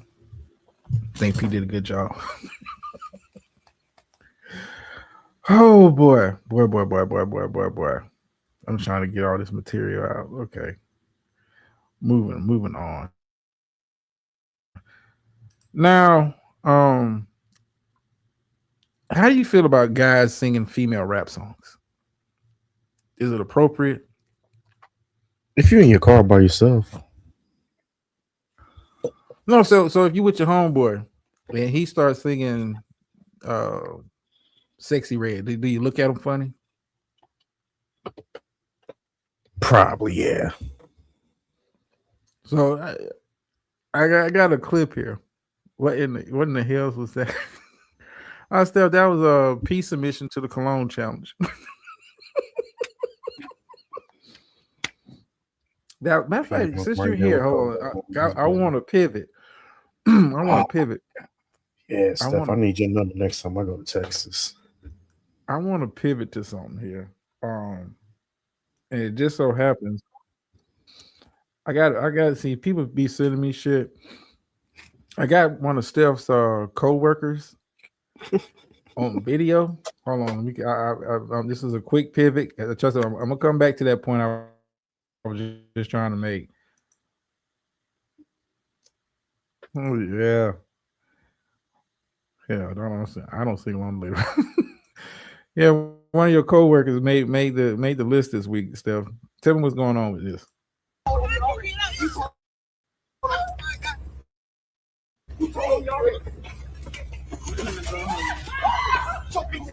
Damn, he got slammed. Ooh! Oh, let me get my nigga. The fuck wrong with him?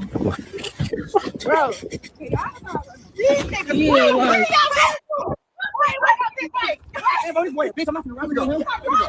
Y'all can't break this up. Bro, when they get tired, they don't stop. When they get tired, they don't stop. I got the video, y'all. When y'all get tired, We ain't hit each other. what the fuck? All of this could have been avoided. That's how I was like, breaking the man. Crazy as hell. All of this. Ooh. Dang, come on, nigga. What the hell you want? What the fuck? Swing. Nigga, you swinging. I'm like, hey. Ooh. Oh yeah. Oh yeah. Oh yeah, you turn me up, bitch. Oh, shit. All right. Girl, get on fuck. The fuck? I don't give a fuck.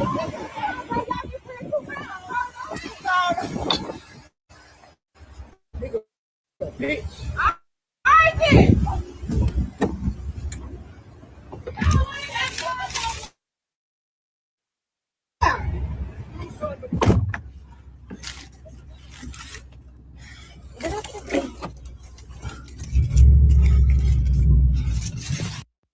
Okay, let me pause it right here. Let me come back over here. Do you know how mad you have to be to fight somebody in a suit? activity.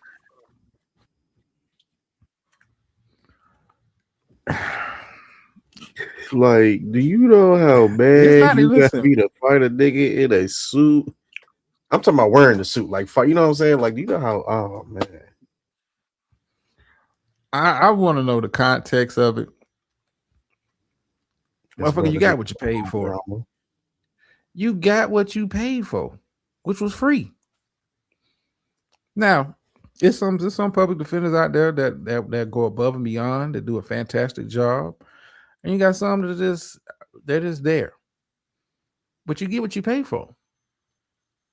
Yeah, beautiful. Listen. You just made your situation worse. Like, it's how you get mad at the motherfucker that you ain't paying? He doing it for free. You didn't hire him. You listen. You couldn't afford an attorney. One will be appointed to you. How you get mad? You thought the motherfucker was supposed to give you Johnny Cochran type criminal defense? What the fuck are you talking about?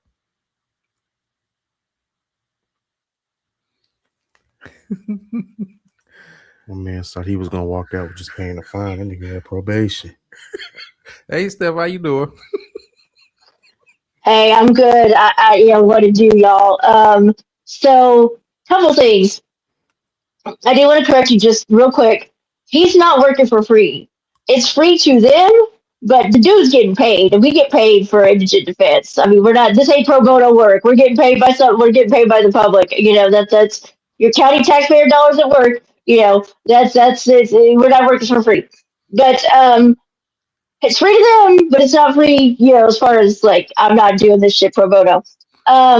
So it's a lot of times it's actually better to have a public defender, especially if you don't have a lot of money, because what would you rather have? A dude that's getting paid relatively well, depending on how often, how many cases you have. And, I mean, if he's a public defender, he's on salary, but, he's got benefits and shit. Like, would you rather have that or some joker you hired, for $1,000 on a first-degree felony because it's all the money you had? You got put on a payment plan, but you couldn't keep up with the payment plan. Like, how much time and attention do you really think you're going to get for that kind of bread? And what kind of lawyers can accept that? except unless they're, just very kind hearted and like feel sorry for you and put you on a payment plan for shit that they know they're not gonna get, but they keep, working hard for you anyway. And I'm describing myself. Yes, I am. So, uh, um, and so, at least the public defenders don't have to worry about where the money's coming from. They don't have to chase clients around for the money. All they got to do is work on the law. So I don't know what happened to that guy, and I don't know why he wanted to fight his public defender, but, it's probably, he might be being a little unreasonable, yeah, as far as his expectations were concerned. But, and then also, I will say, myself, I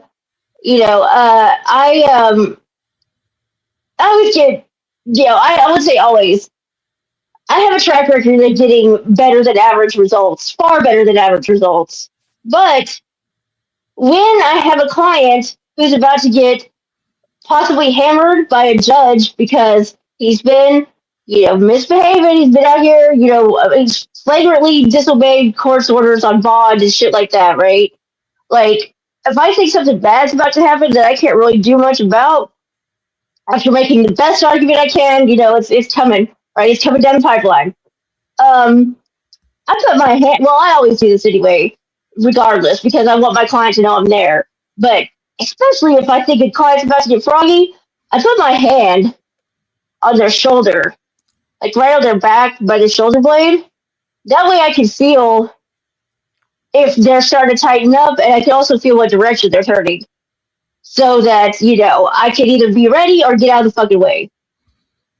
And, and then, like, that dude, that public defender just wasn't ready. Huh? You ever got in a fight before because someone didn't like the outcome? I've never gotten in a fight before, no. I've never gotten in a fight. I've never been. Well, I will say I've had a client say some crazy shit to me before, but she was not well. So, that was just sort of, it wasn't personal. But no, I've never had to fight a client. I've never had a client try to fight me. It's never been that way. I have seen some defendants do some really, not to that extent what we just watched, but they've, I've seen one punch a hole in the courtroom wall. I saw one, who was very mentally disturbed, try to throw certain things at a judge, they had to close the courtroom and decontaminate it, if you get my drift.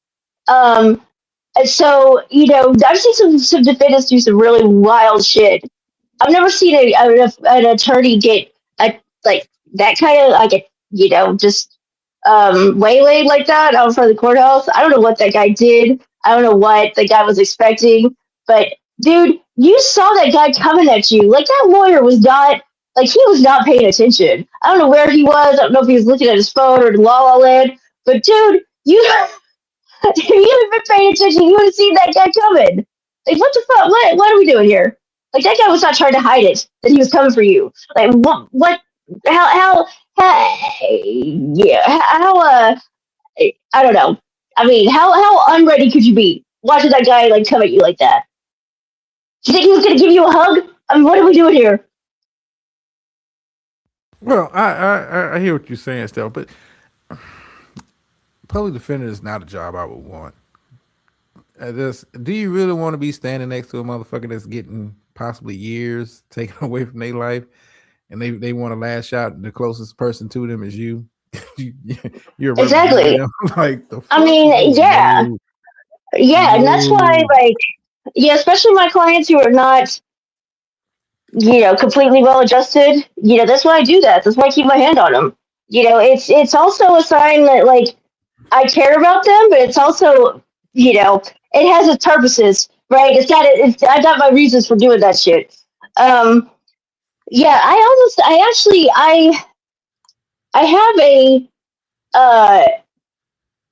have a history with an attorney who, like, I started working for, like, when I was in law school, or working with, rather. And he's a nut. Like he's a wild motherfucker. He's been like Playboy magazine because they did an article about him because of how crazy he is and shit. And he says some things that he says some things on a regular basis that I do not say. I feel like no white person should say. And we've actually gotten into fights about it. And I had to like extricate myself from that dude. I saw a person that heard him say that waiting outside. I saw that they were waiting outside for him. They were waiting. That guy was gonna totally waylay my friend, or former friend, not really a friend, associate, when he was coming out. Yeah, that I remember happening, but that's the closest thing I ever saw to something like that. Okay, let me ask you one question before we move on. Still, have you ever just been like representing a client and just felt like at random times during the case that they just want to beat your ass because they just want to beat your ass? I don't, because I'm a woman. I think like there's like a social programming against like men like beating on women, right? Like you're just taught from an early age not to do that. So like even hardcore like violent, allegedly violent men or have men with history of violence. Like even if they're beating on their wives, they're not going to beat on other women. And I don't know. That's just a weird phenomenon. They could be beating on their kids, but they're not going to beat on a woman. An adult woman, whatever. So no, I haven't had one. I haven't felt like one was going to kick my ass or try. But I've had some say crazy ass shit to me, yeah, like crazy shit, and it's exactly what you're talking about, where it's like they don't get to yell at the people who actually put them in this situation, right? They don't get to. They'll never see that cop again unless he's on the witness stand. They can't yell at the judge. They can't yell at the prosecutor, and I'm the only one they get to talk to, ever, right? And so I get all the stress and anxiety and the anger, the pent up emotions. Like I have had a lot of experiences where they kind of turn that on me. Yeah. You ever had the family want to jump you when the verdict come down? I've had a alleged victim's family want to because I beat the case, but yeah, they wanted to. I had the deputies took me out the back. Yeah. I'm not laughing because it's funny. I'm just trying to picture you being escorted out the back. They covering your head with a jacket and shit. Like, there she go. Well, it was more their idea because they were like, we don't want trouble, I was like, I don't, let's find out what happens. Basically, they were like, no, we're not going to find out what happens, Miss Collins. We're going to take you to your car, and we're not even going to go down this road, Miss Collins. It's 5:00. We all want to go home. We're not going to have to write reports and shit. So we're just going to take you to your car. Shut up. That kind of, that was basically how the conversation went. Okay. Can I ask a question, Steph? Do you see a possible uptake in your business with Texas's new marijuana laws?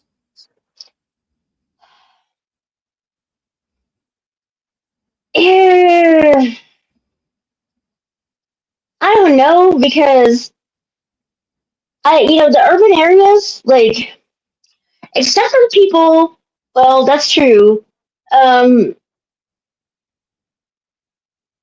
I mean, there could be like campaign, like I would say it's not going to be the locals. It's going to be the attorney general. The attorney general might sweep through, like, especially. But I don't live in Travis County anymore. But they target Austin a lot, and so I could see them going through, like, shutting down the CBD vendors or whatever is they're not supposed to be selling anymore. I can see that. Yeah. It's crazy. Yeah. Yeah. I mean, I don't get, the rest of the country's moving one way, and then we, criminalize CBD. I don't get it, but, Criminalize ain't the word. They give people Right. hard time for grabs. Right. Right. Yeah. Yeah. Um, I think, there are people in the state government that are, for lack of a better word, they're the fun police. They are the fun police. They don't, anything that is considered, let's see, not, of the, upstanding moral, you know, yeah, uptight, white Anglo-Saxon Protestant type ilk. They really are. They really try to tighten their grasp or tighten their fists around shit like that because it's just sort of it's just a way. It's a perspective they have on life, right? Like um trappings of the lower class, right? That kind of shit. It's just same kind of shit that prohibition was based on, right? It keeps them lazy and stupid, and they mask it as shit like it's dangerous, it's unregulated, whatever. But it really is about like just it not being respectable. No, it's just fucking crazy. Like I said, I was reading all that. I said, "Oh wow." I didn't even think how you said the rest of the country's like going to decriminalizing and all that, but no, it's whew, yeah. Shout out to Texas. What's your thoughts on the drama? You hear about that? Oh shit. The YouTube. Yeah, I heard about it. Listen, no, I'm here. Oh, No, I you hear can't you. hear me? Oh shit. No, I hear you. Oh, okay. Oh, I'm about to say now, not again. Well, I think weed ought to be legal nationwide. But we all know why it will never be legal nationwide because they haven't found a way to control the money part of it. Right. So I think listen, most people that smoke weed, they're not really trying to harm anybody. Most of them are not aggressive. It's not meant to be an aggressive type drug. I don't know too many people that get high and turn up like on some wild boy shit. But Texas is just another example of if we can't control it, you can't have it. Didn't they just like put the Bible back in school and all that shit? Yeah, Texas is out here, doing their own thing. Well, Texas is trying to, get on brand with whether they consider MAGA. This is that bullshit. But I mean, Texas is probably in for some changes, but we're not gonna do politics. Now, I do want to take a short musical break. I do want no. This is actually going. No, this is actually a short musical break. Because I need to give me some water.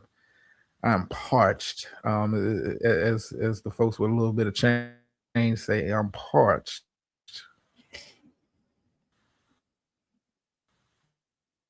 Okay, let me see if I can get it to play.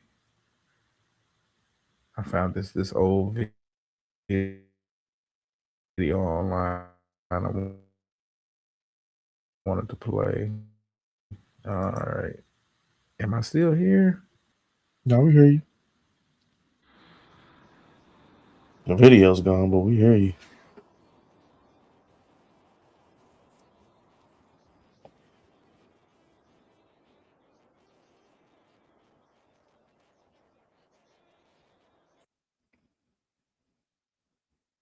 Okay.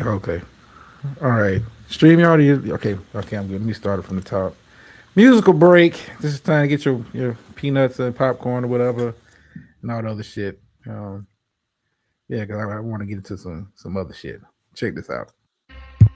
Yo, be careful. They don't play about this song. Mommy said one Yo, thing, don't say way. you understand. Yeah, you One gonna thing, get don't say you understand. Mommy. okay. Cool.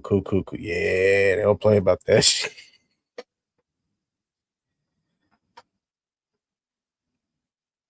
Well, I got an So, alternative. I'm pick over there real quick. No, I'm just saying, nigga, I played that one time. They snatched that shit right there. You ever got hit for music before? Yeah, I get hit for music all the time. Nah, nigga, I never had one snatched down for that. Well, What I the got fuck an is that? alternative. I got an alternative because I'm determined to get my snacks. Hold on, I'm determined to get my snacks. I got an alternative. I got an alternative. I think I like this one a little bit more. Hold on.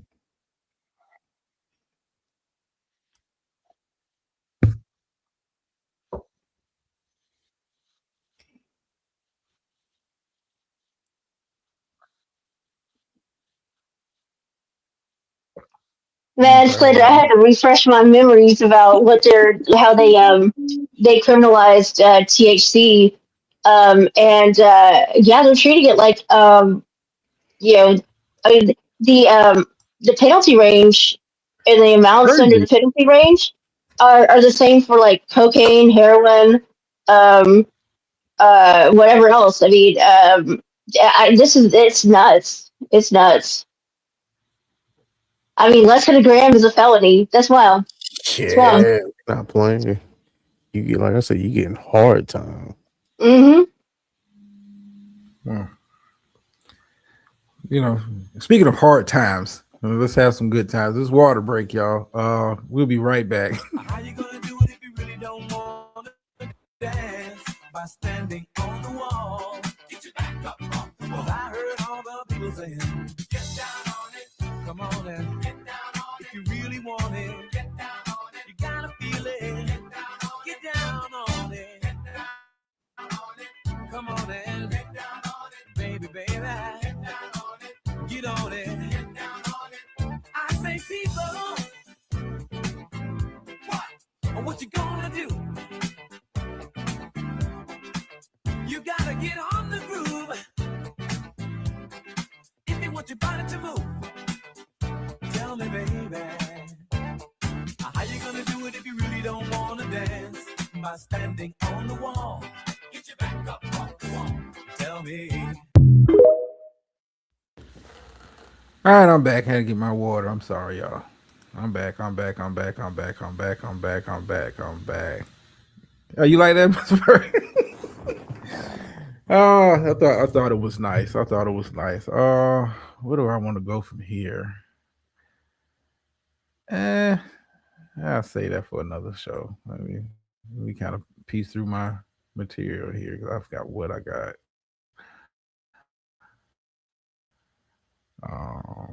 Okay, let me do a mic check. It got definitely quiet. Mic check 1 2 1 2. Mic check 1 2. You good. We hear you good. Okay. All right, so okay, where do I want to go next with this?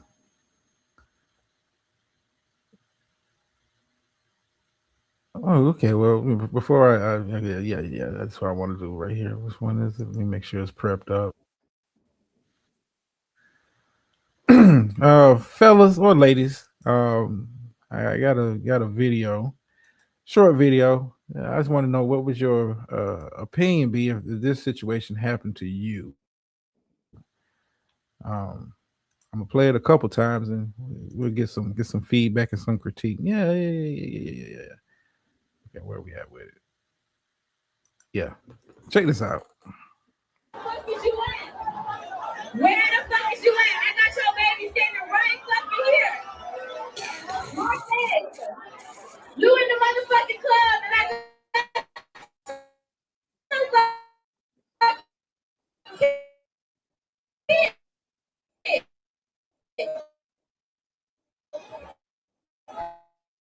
right fucking here.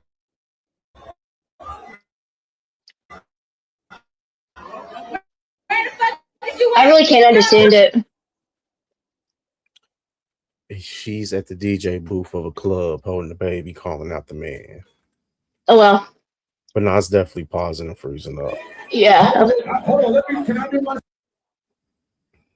Okay, let me start it over because you gotta see it in its whole context. Okay, man. Hey Teresa, how you doing? Perez Hilton barricaded in his house. Crazy shit, pardon interruption. Perez Hilton. Where do I know that name from? Is that a blogger? He's an asshole gossip. Yes, he's a blogger, but he's malevolent and he's just a worm. Oh, okay. I don't keep up with the bloggers like that. Let me try this video again though. But hey Teresa, how you doing? Where the fuck is you at? Where the fuck is you at? I got your baby standing right fucking here. Marquez, you in the motherfucking club and I got your fucking kid right fucking here. Where the fuck is you at? Y'all point him out right now. Marcus, where you at? Where the fuck you at? Read these fucking results. Read this shit. Nah, hold on. No. You're not gonna do it like that. I don't know who the fuck Marcus is. Why you got a baby in the club? That shit crazy. Listen. Hold on. Can I do my show? Hold on. I gotta, let me do my show for you. You know what I'm saying? Y'all tweaking right now. This shit too. Wait, hold on. Okay,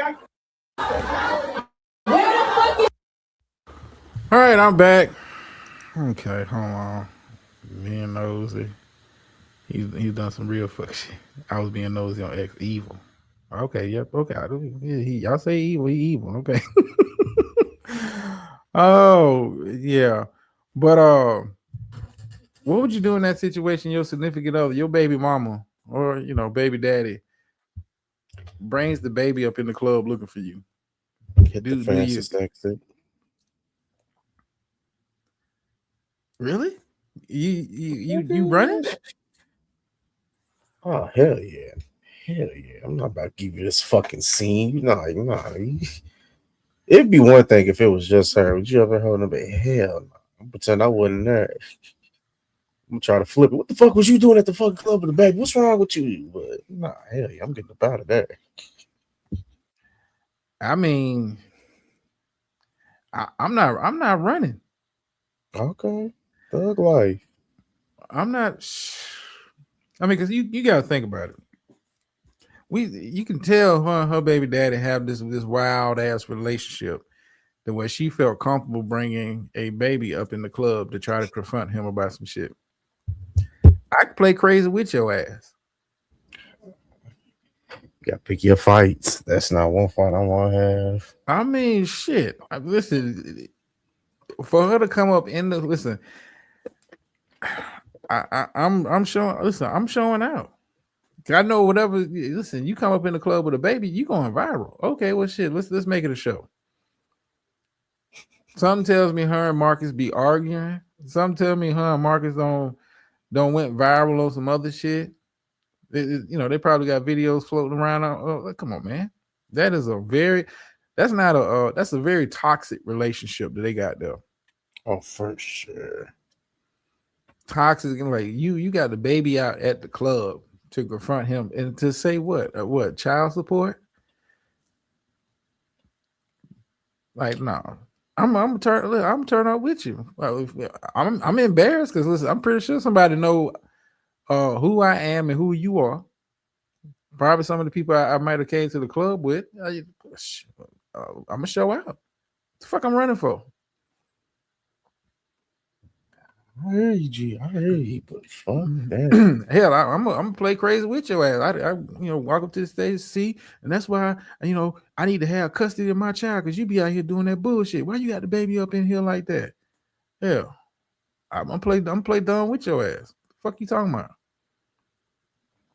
Well, shout out to all the real niggas out there that want the smoke. I'm slipping out the I mean, hell, listen. No, it's no slipping out the exit. Yeah.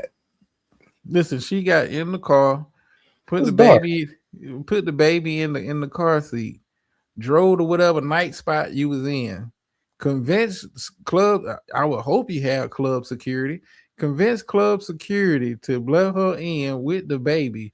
Make her way to the DJ booth. Oh, this is a toxic relationship, and this ain't nothing new. Oh shit, I'm showing out. I'm already embarrassed because you up in here with the baby. Well, fuck it. Let's go all the way. Let's have it out right here in the club. Let police get called and all that shit.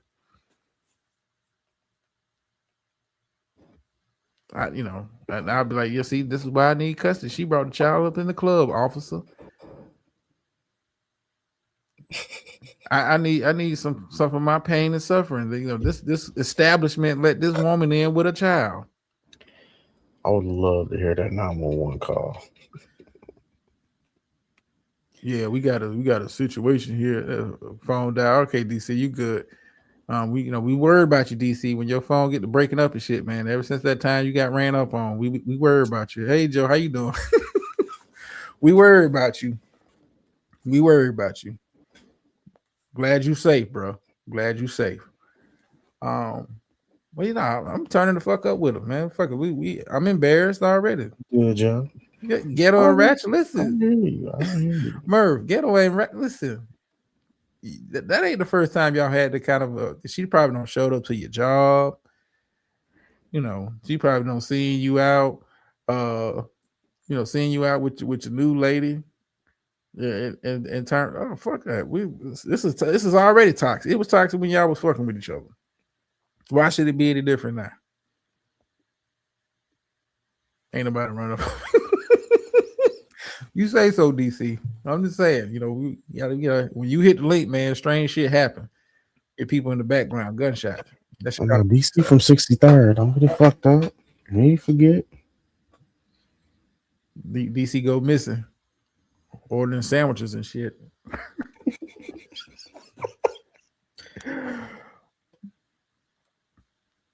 What's news to me? Okay, well, yeah, DC. I was going to kind of get into the Roland Martin shit. Is anybody surprised? Well, Steph, and Slander, have y'all heard about Roland Martin's situation? No, this is news to me. Break it down, player. He was stepping out. Okay. All right. Yeah, he's been alleged. I missed that from. But Joe, you have to catch it. It was at the beginning of the show. But Roland Martin's alleged. I'm just gonna say alleged because we haven't seen in the video evidence. Thank God we haven't seen it. He was alleged to have been recorded and taped, or pictures were taken with him in a leopard thong. And apparently the lady was allegedly, I was gonna keep saying allegedly, was pegging him in the footage. No. Oh, wow. How about that?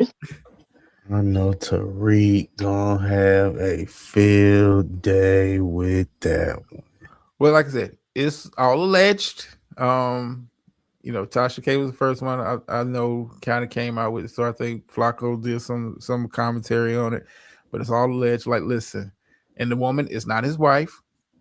And so you got to add that into the equation. Like, but is anybody really surprised that Roland Martin is found himself in a compromising position such as this?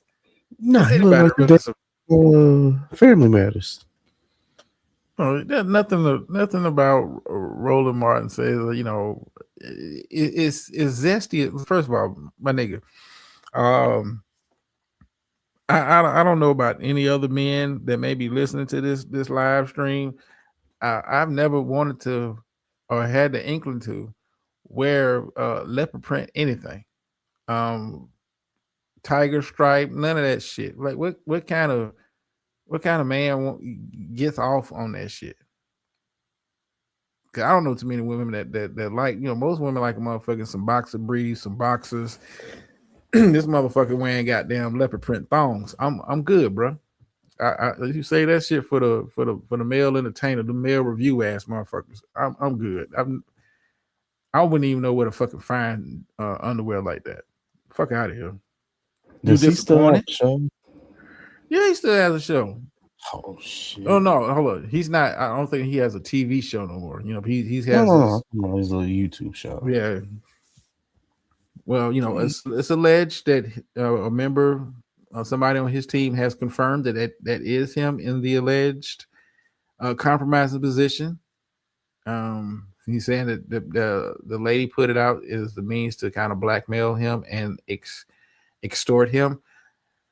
DC, I don't give a damn if he was slanging goddamn 20 inches. I don't fucking want to know about Roland Martin in the Bussy Chronicles. I'm sorry. Like, you know, fellas and ladies, like, listen, you got to be careful when you're doing freaky shit with people. You know you finna do some out of the norm type shit. You might want to see if it's a hidden camera somewhere. See if she recording this or something. Like some shit. This ain't for your private collection. Like I don't listen. I don't trust a motherfucker that much to be recording me doing some shit that I would not be proud of if it came out. I'm sorry. Do you think his career takes a hit? What career? Valid point. No, I'm going. I mean, you're not on TV no more. You're not looked at as a reputable source for, you know, information on the community. You know, no. You only become really relevant during election cycle, and that's it. I mean, your biggest highlights. Yeah, just listen, DC. Yeah, there you go. Take a phone. Your biggest highlights are that I know. I'm just gonna say for me because I don't follow Roland Martin. Your biggest highlights is shucking and jiving with Hillary Clinton, Umar Johnson interview, and this shit. That's about it. I don't. You know, Roland Martin is not a. Would the video be considered revenge porn? I don't know. I don't know about that one, Murph. But That's definitely revenge porn. I mean, if it's meant to, but is it really revenge porn? If, like, you know, I say my phone got hacked, and you know the person, they're not trying to gain anything off of it, just like, hey, it is, you know, I was going through my you know my pictures, and you know, accidentally, you know, when I was sharing my baby's first day of school, you know, your picture with your ass in the air. Because you know Drama. You uploaded pictures and videos before. It's more than boom boom. Okay, man. Hey, ass, do you want to post it? Like, nah. No, I'm just saying, like, if you, let's say you sharing, like, you know, because I'm you know, I got like a, you know, family group chat, like we share photos and shit, you know, of family members and all that kind of stuff. Like, hey, you know, and maybe you're moving too fast and you send in a group of photos and shit and videos, like, oh, this is from yesterday, and you know, he just happened to be part of that, you know, and you just was moving a little too fast, and you put it out there. Yeah, and then whether if there's criminal litigation around it, then they're going to get a search warrant for the lady's phone or whoever's alleged to put it out, and see what had been said beforehand, which is, you know, if you don't give me so much money that I'm going to put this out, yeah, they find that, then she's fucked. You know, I'm wondering if Tasha K is how she's going to fare in this deal, because I know, like, she didn't show anything explicit, she can't, but like, is, even if it's not showing, you know, X-rated stuff, like, could it still be defined as revenge porn? I'm not sure. It depends on the Georgia statute. But yeah, I mean, if there's civil litigation, then you get those, you know, any sort of messages or any sort of evidence of the blackmail through discovery. But yeah, if this was really a blackmail plot, they're going to find that out. And that's going to be, you know, that's going to probably seal the, put the nail in the coffin on that accidental stuff. Well, I mean, let me ask the panel this. Have you ever felt so mad? Let's say you was a side piece that wasn't getting promoted. Have you ever felt so mad at the person because they wouldn't promote you to being the main thing that you would put out some intimate shit like that? Like this on the strength, not even trying to blackmail them, just to embarrass them. Have you ever felt like that? I've never been a side piece, so I don't know what you're talking about. Fuck that shit, Steph. Nah, it's never been that me. Yeah, I've never felt that mean spirited about a somebody I was fucking around with. Now, do I want you to get like if you move on from me? Do I want you to go home and get some bad dick? Yeah. I want to be looked at as still number one and all that shit, but I never some shit like that. Like, nah, that's that shit don't sit right with me. So I used to know quite a few. I don't have these kind of relationships anymore, just because after the pandemic, I stopped, being so social at, downtown at the clubs and stuff. But I used to know quite a few working girls who were transgender, and they were in sort of, whether or not it started out this way, they had kind of got themselves into sugar baby type positions. And yeah, I mean, I was approached a couple times that of course, I said no to this, and I explained why, but to help them write essentially the blackmail contracts where it's like, I expect to be given this much a week, and if you don't, then I'm going to send this shit to your wife. So, it wasn't so much about getting their feelings hurt because you were getting broken up with. It was more like, you're gonna keep me as a sugar baby, or else the whole world, at least your wife is gonna find out what you really like. Okay. You gotta get it how you get it. I mean, and my advice to them, fellas, if you ever find yourself I just saw DC's comment. If you ever find yourself in a position where a woman or whatever has got some damaging footage of you and threaten you to share it with your wife or something like that, listen, go ahead and let them do it. Go ahead. You gotta learn. Listen, you gotta learn to take your power back. What's going on, 58? You gotta take your power back. If you got some shit on me, I'm gonna share it with your wife. Well, share the shit, then, motherfucker. Like you're like, I'm not finna let you. You finna run my motherfucking pockets. Get the fuck out of here. I think my mouthpiece is strong enough that I could come back off of some shit like that. Do what the fuck you gotta do. I'm just saying, maybe that's that as Beautiful likes to call it, maybe it's that pimp side of me. Fuck that shit. Well, and for a lot of people who are a lot of women, or trans women, or women, whatever, who are thinking about doing that shit or threatening to do it, once you tell them that you don't give a fuck, that's gonna kind of that's gonna change the power dynamic to the point where they a lot of times won't even do it, because why at that point? No, you don't took your power back. Like, well, fuck it. Like, if you're willing to do that to try to run my pockets, well, you know what? I gotta make a business decision. What's more important, my pride or my pockets? Well, fuck that. You know what? If you into that bussy behavior, if you into that role, like if I was Roland Martin and this came out, like yeah, I was getting freaky with a woman. Yeah, she like to play with my booty hole or some shit like that. Like, yeah, I tried it one time, just I had to get warmed up for my wife. My wife, listen, fucking let it hang out. My wife is fucking nuts, yo. Yeah, there you go, brother.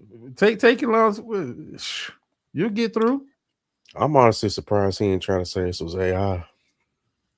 No, I mean, but didn't he get caught like a couple years ago with that, like, that he was watching something on HBO? There's like a man walking down the hallway butt naked or some shit, like doing one of his broadcasts. One of his information pop up for me. He's out of my algorithm. I mean, but man, fuck that. If you got caught with a woman, dude, like she was playing with your booty hole and shit, you got the leopard print thongs on. Yeah, it's See, embarrassing. there's levels of getting caught, my nigga. Like, Nah, but shit, like you got caught. Listen, it wasn't like you got caught on some Bobby Valentino shit. fam, Bobby was in the hallway. They saying this nigga was in a leopard thong, getting his cheek slapped. There's levels to getting caught in some shit. No, but listen, you. Hey, according to my friends, the working girls, I got a little something extra. A lot more men like this shit that they're gonna admit. I'm just saying. I mean, like you signed up to be on some freaky shit that you couldn't take home to your wife, right? Motherfucker, own it. Like if she got listen, you gotta be player about your shit. Take the power. Like yeah, just some shit my wife wouldn't do, and I wanted to try it. And I don't want my wife to feel uncomfortable. Now, what if this was an escort and he just stopped paying her, and this was her lick back? Is she wrong, man? I mean, yeah. I mean, but you gotta if once the news kind of breaks, you gotta learn how to get ahead of that shit, dude. Like, yeah, she got me in an uncompromising position. It's nicer ways to put it in your public statement. Like, yeah, I was busting it open for the girl. She snuck and recorded me. It was some shit she wanted to get it out of her. You turn it on her. Like, this is some shit she wanted to try. She said she gets off on this, and I was just trying to please her. Well, say what the fuck you gotta say. Do you tell the missus or let her find out? Yeah, I would tell her. Once rumors kind of got out that this shit is floating around. Like, look, before footage comes out and pictures and stuff get leaked online, like, yo, this is what happened. I was at a conference, Bussy Boy convention down in Dallas, Texas. One thing led to another. I was drinking, she said she liked my bow tie. And then, we was on that, that Douce, how I get on that Douce, how it is, babe, like, okay, let's, and, one thing led to another. And I mean, do you think she really, like, however long, I mean, if they've been together a while, do you think she doesn't know that he likes that? I mean, listen, come on, she knows. She's got an inkling. Her family know it now. And she wasn't caught with him. That's something else she gotta leave it out. It'd be different if she, like, you know what I'm saying? Yeah, but 58. Listen, yeah, you got to be more tactful explaining it, but like shit. Once you talking about his pictures and his video footage, like at that point, listen, I gotta change how we got there. So even if I don't even want to get into it. She was an escort. Listen, it was somebody I met at a work party, blah blah blah. We was drinking when we was out of town doing XYZ. One thing led to another, and that's how we ended up here. Baby, I'm sorry. I violated the trust. Yada yada yada. Then you go into your begging spiel, trying to clean up the mess, but like the shit's like you got to take control. We can't let the other motherfucker build a narrative. What if the only part she's embarrassed about is the fact that it's public now and people are looking at her husband like he's the kind of guy that likes that? Because what if she already knew about it? I'm sure she did. And what if she said, hey, listen, I ain't going to do that for you. But, we've been married so long. I'm not going to divorce you. But just you go find somebody who's going to do that because I sure ain't. Well, I mean, like I said, it makes it even better if she knew he was into that kind of shit and you just got caught lacking. Like, you've been trying to pressure her to do it. Let's say, baby, I want you to, put this in my booty hole, and I want to wear these, Tarzan drawers and shit while you're doing it. Like, I'm pretty sure if she has an idea that like, yo, he's into that kind of kinky shit. I wasn't into it. Yeah, I'm embarrassed, but it wasn't like I was completely surprised. No, I'm not saying not even completely surprised. I'm saying she told him to go find somebody that's going to do it because she sure ain't. That's what I'm saying. Yeah, I mean, this is like, I'm pretty sure she has, if you in tune with your with your spouse, like you kind of in tune, like what they into, what they might be into. So it wasn't like a complete, like, let's see, you got caught.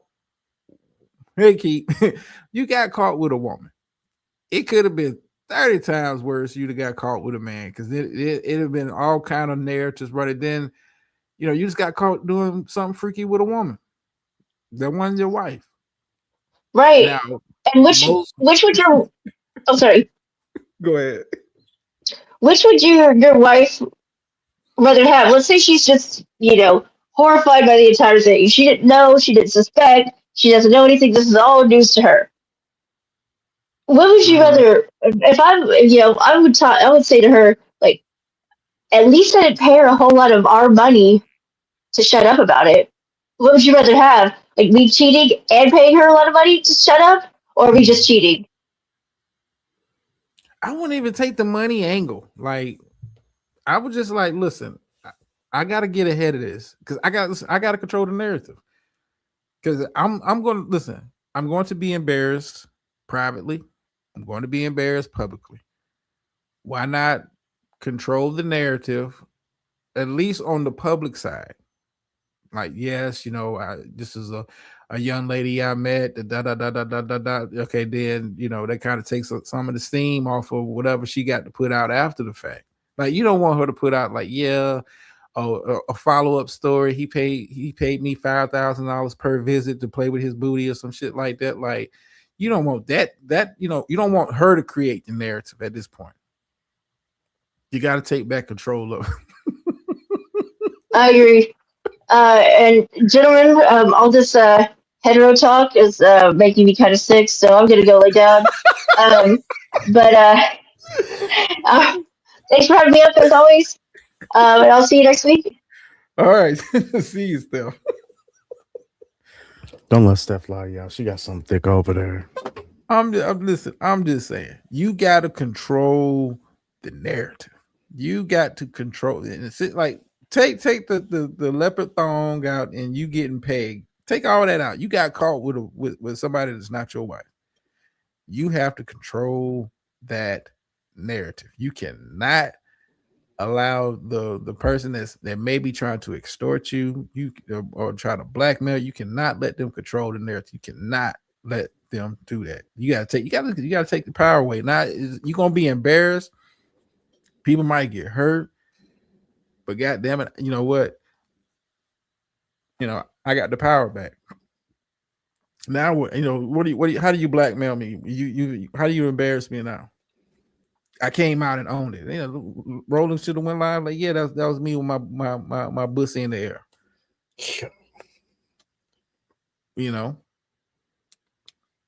Of course you be politically correct with it. I'm ashamed that I hurt my family. I brought so much shame to my family, and right now, we're kind of, I want to work on the family dynamic, and so I'll be stepping away from YouTube while I kind of work on that. I need to seek counseling. We're going to get through this. Yeah, whatever. He's black. We don't get to go that route. We don't get to go away. We had to go to a treatment center. Listen. I don't took the power back because, listen, when you don't see me, guess what? The question stopped. Because where you gonna be like, where's Roland? Why hasn't he responded? Well, he released a statement. He went live. He did a short live stream upload. Kind of like when what's that clown that was all the ladies were similar for? Derek Jackson had his wife sit there with him, and do one of them. Listen, you got to take control of the narrative, pimp. You can't let them run with the narrative that because then it's gonna but this ain't never going away. It's gonna get brought up every interview.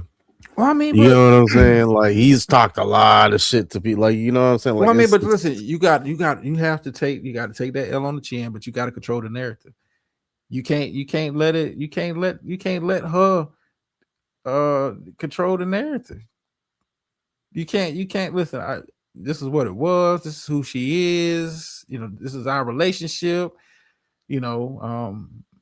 I met her on, I saw her on a website, and I needed some sexual healing, and she was providing that for me. Could you got to listen? Whatever you got to say, and you're gonna get laughed at. You're gonna get the jokes. You know, Tariq and all them. They're gonna roast the shit out you. But guess what? You gotta put the fire out. So yeah, I'm gonna come. Yeah. This is what happened, baby. Yeah. I was in the hotel room with her. Yeah. No. She booked the room. She booked the room. I didn't book the room. You know, because I wouldn't even do that. Like, yeah, you gotta be as player about it as you can. And it's gonna be embarrassing, but shit. But like, you know, is it the worst thing that could have happened to Roland? Like, no, it could have been, you know, on some Bobby V shit. I'm just saying.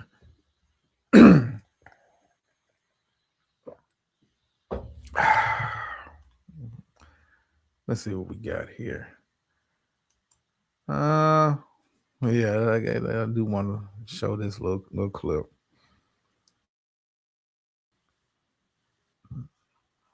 Hold on.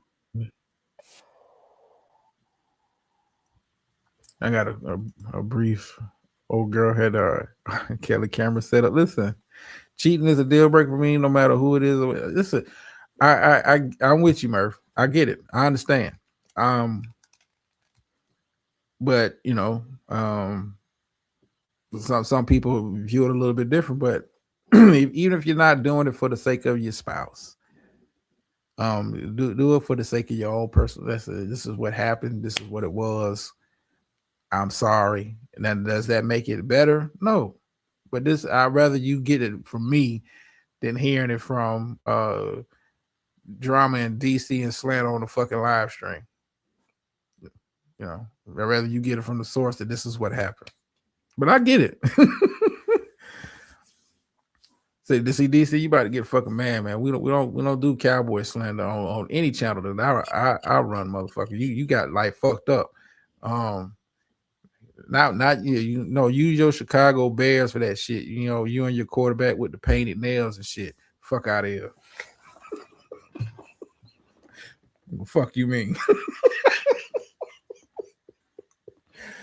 Fuck you mean? For my Monday people, listen, I was tired yesterday.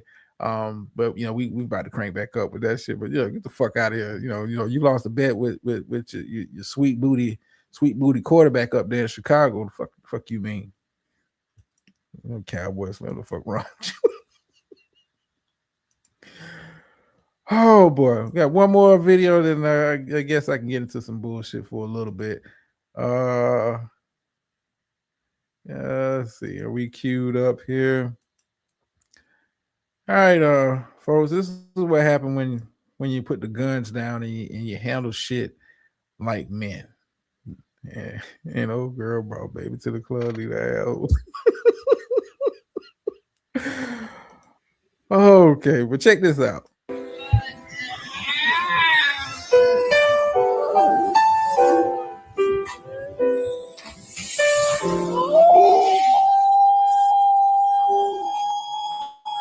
Tell me how you heard this story.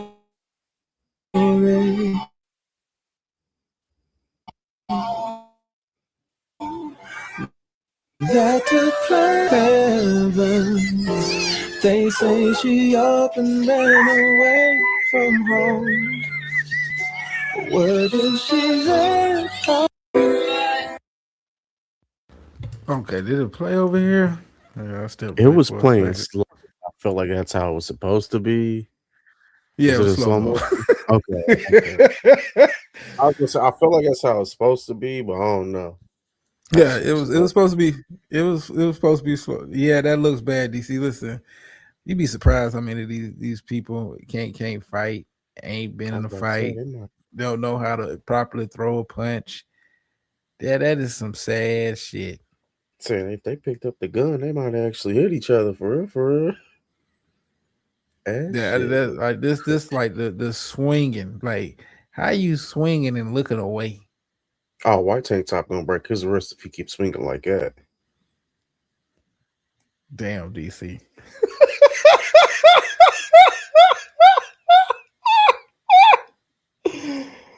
Not the Sun God versus the Lawnmower Man. What the fuck?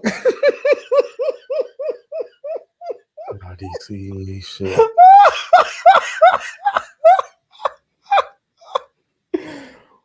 And the crazy part is, I can see that fight going down like that.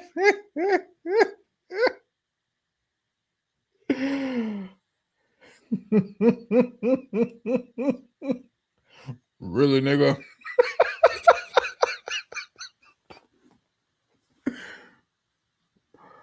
Oh boy. As a matter of fact, we play that shit again. I'm just trying to picture Lawnmower Man. So Lawnmower Man is I don't know. Let's really break this down. This nigga got on them sweatpants and them leggings.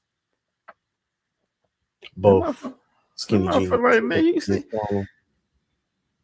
Yeah, hold on. Let me address this because I just, we breaking down the game. But what's up with these cats wearing these tight ass fucking clothes? What's up with these motherfuckers wearing? No, man, you gotta let your shit breathe. Play it again. It's the new generation. Like, I'm not. Then get you a white beater to fit. I mean, but let's break down the game.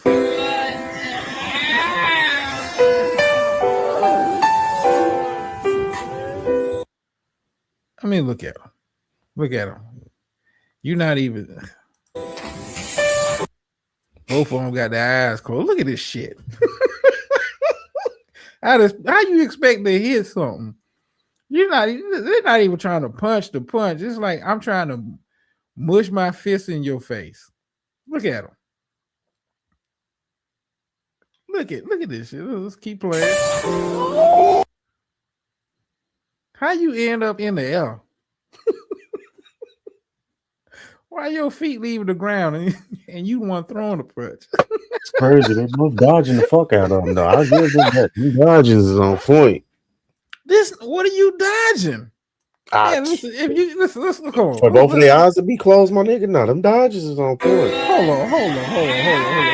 Let's get back to the first punch. It's not even a punch. Look, he's moving forward. His hand ain't even. Look, he's throwing. Let's call this. So Shaquem is loading up. Lawnmower Man is already stepping to the side. He's not even trying to really connect. Look at this shit. I'm just trying to mush you in the face. Now I'm trying to figure out how we're gonna call it Shaquem and Lawnmower Man. How did Shaquem end up off the ground in the air? Tell me how. And what's up with this base? What kind of stance is this? Why is this motherfucking like a sumo stance and shit? Like, what are you, bro? I'm still tripping off. This motherfucker got on motherfucking leggings, tight ass motherfucking pants, and probably his girl sweats. You feel me? Just how his clothes was dirty. All right, cool. I'm just like, then like here we go. We supposed to be squaring back up. What kind of punch is that, dog? How you swinging with your nigga? What kind of block is that? No, it's not even. He's throwing his arm like he's got mace in his hand. What the fuck is going on here? Look, both of them still looking away. Oh, this is so funny. And this is, this guy in the back with the blue on was like, man, what the fuck I came outside for this shit? I'm laughing. Hell, let's go back. Imagine your homie ask you for a ride to go handle this business, and this is what happened. Have you heard the story that I'm thinking he's loading up right. Hold up, man. Is this nigga grabbing his leggings? What kind of shit is going on here? And how you end up in this twist? Oh man, this is horrible. This is horrible. And they ain't got the nerve. What do you say after this shit get broken up eventually? Who won the fight? what kind of comment? Millions of What times kind of lost. what kind of comedy? It's lost. Nigga, I wasn't even a fight.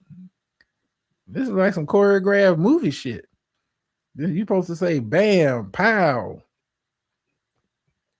Look at this. He tried to backhand. And look at this shit.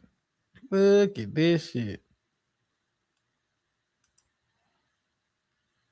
That one hand is sassy. It's an ugly fight stance. I don't know why he being back so far too. Like, nigga, you about to headbutt him? No, because like he he on some UFC shit. I miss, so I'm gonna follow through, then try to backhand you.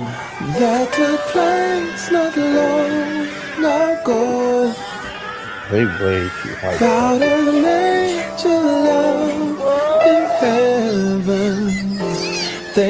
I mean, this is like the start of it. It looked like it might be something. Hands are up. I don't know what what Lawnmower Man doing right here, but the hands are up. She up and ran away from home. And he making facial. Why your facial expression look like that? Like you did something. Both y'all motherfucker wasn't even looking. Look at him.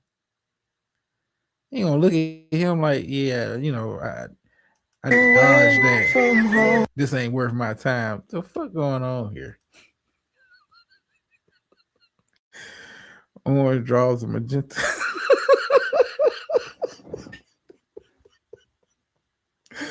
Oh, that backswing is horrible. Horrible. Damn, but we really just fought. Nobody did nothing. I mean, how do you go back to I guess to your corner and be like, we ran the fade, huh? Fade where? I wouldn't even tell my man how that fight went, man. I'd be lying to him. Oh. Okay, well, I do got another video. I did want to get this one out though. I did want to get this one out before I get into some other shit.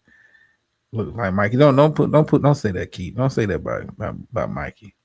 I think Mikey would have his eyes open. Look at Mikey's eyes barely look open when he saw. What are you talking about? Now Mikey gonna use his forehead in that fight.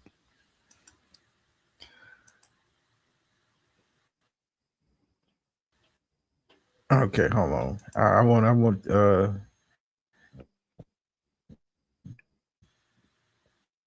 video loading up.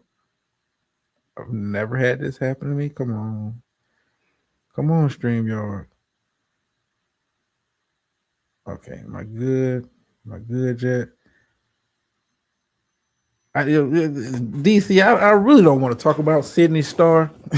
I saw that earlier when I was on Twitter, whatever. Yeah, I'm good. Rolling was enough bussy talk for me.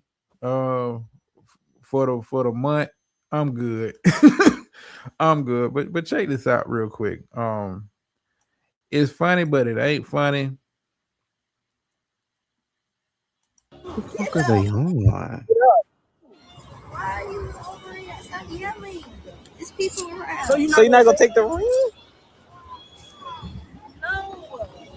I love how they've been using that saxophone. Why are you doing this? Bro, that man spent a lot of money on that ring, Yanni, and he took you to your dream place. Fam, what the fuck did he propose on? What Take it off your face. No.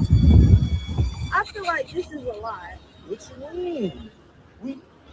We came to Hawaii. We in Hawaii. Get down. We can have a conversation. The dream place that you wanted to We can go, have a conversation and it's the down exact here. ring that you wanted. Good That thing I you cut the put line. on TikTok, your repost.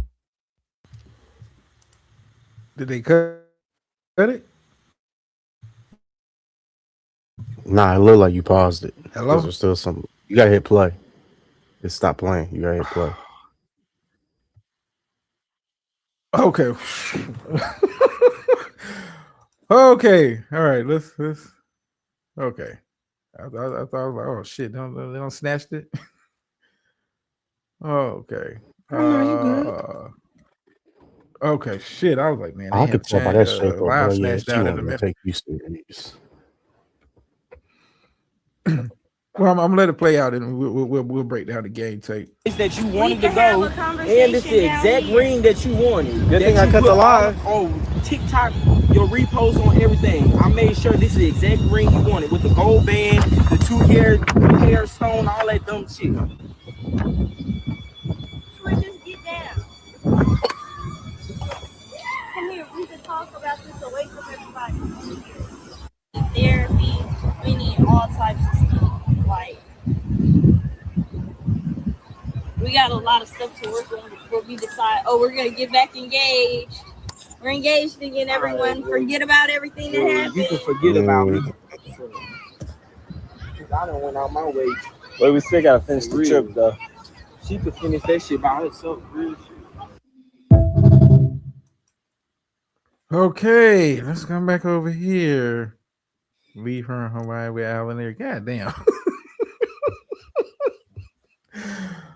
Oh, she had to lead him on for. Listen, I'm with the back. Yeah. You caught that, bro. Back engaged. I was about to say, see, at first I was on his side, but when she said that, like, hold on, nigga. Bounce, dude. Listen, Bounce. The back engaged part kind of threw a wrench into it, because like I'm riding with him all the way until she says that, like, we back engaged, like. But then at the same time, don't tell me you did have a clue that he was planning to propose again. Like, you can't be that naive. Let me shoot Shorty some bell. What if he's just bringing me here because he's trying to get back on my good graces? For you to call off an engagement, some shit had to go down. You know what I mean?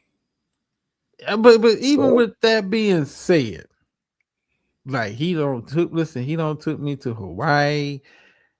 You know, we was just, you know, I've been sharing my rings and stuff. Like, you had it in the back of your mind that he might propose again. And that's the part that you know, she's gonna be hung up on. The again part, yeah, keep this nasty work. The again part. She's talking about we need counseling, and it sounds good. It sounds good, but you can't be that naive to thinking, hey, he was having those kind of thoughts again. It just, you can't be that naive. I'm sorry. I can't rock with that. I can't buy that. I'm sorry, I can't. Now, in the situation like that, ladies, do you say yes for him to save face? Is the bigger question. Do you say yes so he can save face? Because, you know, the cameras are out. Even if it's not, you know, the cameraman there, people are watching. As someone who has had that experience, you know, this random people are watching, because you know they like to see moments like that, especially when you're talking about signs of public affection and, you know, something of that nature. You watching. You watching to see the body language, see how, you know, most of the time, you know, it's a positive reaction. But do you want him to save face in that moment? It's like, hey, I'll accept the ring. Well, it's because it's not like you're getting married the same day. I would hope not. No, tell me no, so I can go home to my cats and move on. But brother, because what if she says yes in front of everybody? Then as soon as y'all get along, hey, we need to talk. You feel me? Like, I mean, like, it's yeah, gonna like, fuck you up thinking you getting married for like an hour or two. Then, you know, like I said, as soon as it's y'all, I mean, but yeah, I don't want to do that. Just to save face and like not make it even more awkward, because it's going to be an awkward conversation. A part of me says, "Oh, you should have just took the ring. Did the photo op, because it's not like you get married the same day. It's not like he's out there with an official and all. Then I can understand, like, I ain't ready for all that. But yeah, I mean, say yes. Okay, then when we get back to the hotel room later, it's like, hey, before we go down the aisle and shit. I mean, because you said yes before. See, let's double back to that point. You said yes before because she said engaged again. You said yes before. The next, but remember, you're not calling an engagement off over something like you said. No, do that. Some shit really had to go down. But if it was that bad, y'all wouldn't be back together. Keep that in mind now. Okay. I want you to keep. I get like it broke off for whatever reason. It may have been something she did. He did. Shit, she got you with that. Why would his feelings come before her? Let's go. Smart, fit that link. Get this nigga. But Murph, it's not necessarily. I mean, because in a situation like that, who stands to be more embarrassed? You for saying no, or for him to be told no?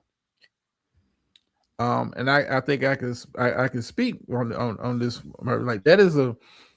Now I don't know if women really understand how vulnerable a position that is. How vulnerable a position that is when you're down on bended knee, struggling to find the words to because you want it to be, because you have an idea of what you want to say in your head, but trust me, a lot of that shit goes out of the window once you try to set up the perfect time. You want it to be a surprise. Like, it's not necessarily. Well, I mean, hold on. Let me double back. So let me double back here, because I'm gonna say this for all the players out there. A man is in a very vulnerable position when he proposes to a woman. Like, it's like it don't get no more vulnerable than that. Even if it's done in a small set, hell, even if it's done in private, that is a very vulnerable position, because you are exposing yourself to the male coming out on top. 58. Come on, man. You whose team are you on? But I'm saying that to say this. And to double back to what Murph said. So Murph, it is points in any relationship when you have to put the feelings of your significant other before your own. See, that's how you clean that up, Slander. That's how you clean it up. It is times in any relationship when you have to put the feelings of your significant other before your own. Bam, that was a good one. I need a sip of water on that one. What'd you do?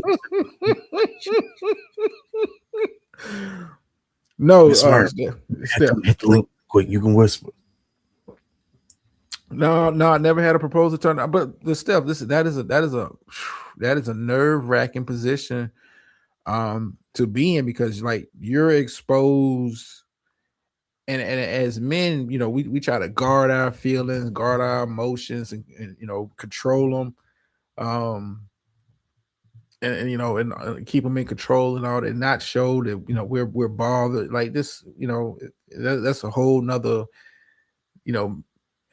conversation. But in that moment, fuck the camera, the cameraman being there in that moment. Like, I'm willing to put it all that aside to make you my better half, my wife. And it's like, this is all of this is saying is, hey, this is, and it's not even a promise, because as she said, we engaged again. It's not even a promise. Like, it's like, once you take this ring, this is not the Lord of the Rings. She's not Frodo. but a woman, you know, in that moment needs to understand that, you know, if a man is one of his most vulnerable points is you know, it's not is you know, getting down and saying I want to make a commitment to you in front of the world. Listen, yeah. Now, do you feel like it was genuine after watching all that? Like, because he took her to her favorite place, he got the ring she wanted. I But mean, she was kind of, I'm keeping this ring, and she can enjoy this trip herself. I'm out. I mean, you're embarrassed. And I get it, Merv. He could have been trying to manipulate her by putting her on the spot, but to go to that length, you know, keep her. She was posting engagement rings, and this guy was paying attention. Because listen, I can talk about my own personal experience. Like, you know, the missus, I knew what ring she wanted because we went and looked at it. It's women are not as it's not like when they want something, they're not as subtle as they would like you to believe they are. But you got to be in tune, you got to be paying attention. Like I said, this, you know, I took you to your dream location. I got the ring that you wanted, how you wanted it. And like I said, I'm being vulnerable here because, like I said, take the cameraman out of it. Take the cameraman out of it. It is a nerve-wracking feeling to be, you know, on bended knee. And what you're really saying is to a person, I want you to love me and accept me for me. And this is, you know, like sometimes you're like, you could have just like, yes, baby, then got back to the hotel room and we could have a real serious discussion on what marriage looks like. That's fine. I mean, but all this said is, hey, will you marry me? Will you commit to me? Now, if that changes, that changes. Obviously, it changed at one point early in their relationship, but so I mean, I think she should have took the ring, and then, you know, that conversation she was trying to have on the beach. You know, I think we need therapy. I think we need to do this. And listen, keep it. I'm not saying that he ain't got to still kind of listen. Maintaining a healthy relationship, you got to put the work in all the time, daily. It is not a, you know, I gotta put a ring. No, it's way more than that. If you want it to work, you gotta put the effort in daily. So, but for her to be like, yeah, we need counseling. Well, you know, at this, like, you know, baby, like we could have had that conversation, because like now, you know, it went from I got rejected to now you giving me a checklist. So I understand why he felt that way. You know, she could have just left it alone, like you know, I'm just, you know, I could have rejected. I'm just not ready yet. This is a lot to kind of take in. I'm just not ready right now, and could have left it at that. And like, you know, we'll talk about this later in private. But nah, you went and talk about, you know, we need therapy, we need this, we need that, we need, like, well, shit, you know, you don't rejected me. Now I gotta hear a checklist. Like, man, fuck that. You enjoy the rest of the vacation solo. You know, I understand that's a natural reaction. I mean,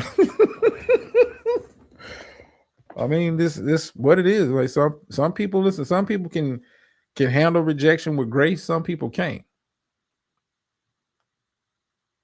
Well, I mean, but listen, Keeper, you led them on by sharing engagement rings. You led them on by, oh, this is my dream location. You knew what the fuck it was a possibility when you got on the plane. I mean, but it's not, it's birth. It's not putting a public image over our personal feelings. Sometimes you got to put your feelings aside and be concerned. You know, sometimes it's bigger than you. It's a partnership. It is a partnership, and sometimes you got to, you know what, my feelings about, you know, however I feel. Let's say it's a family member. You know, you got like I don't like XY, you know, members of your family, but you know what, you deal with them. So I try my best to you know, handle that as best I can without showing my displeasure. Because that's what my feelings is you know, irrelevant in that case, because I want to focus more on you know, if that makes you happy, that makes you happy. Now, you know, if I was going to be stuck in my personal feelings, then I was like, well, no, I don't want you talking to this person. I don't want you doing that. I don't want to do this. I don't want to do. But then, you know, it's not going to work. You're not a partnership. You in a situationship more than anything. That's not a healthy. No, that's not a healthy. I mean, listen, public image. I'm not saying like, yo, go out here and smile for the cameras and behind the scenes and whooping your ass. Like, I'm on bended knee. Will it hurt you to say yes? And then we have that conversation about what we need to actually get to the altar, actually have the ceremony, and actually become joined. Like, listen, the engagement ring is a major step in any relationship, but in the grand scheme of things, it is not marriage.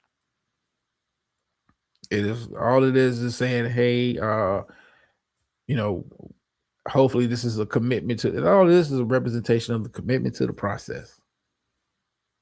And sometimes the program, I mean, that's like a woman getting mad that I want to marry you, but you know, I don't like the setting that you picked.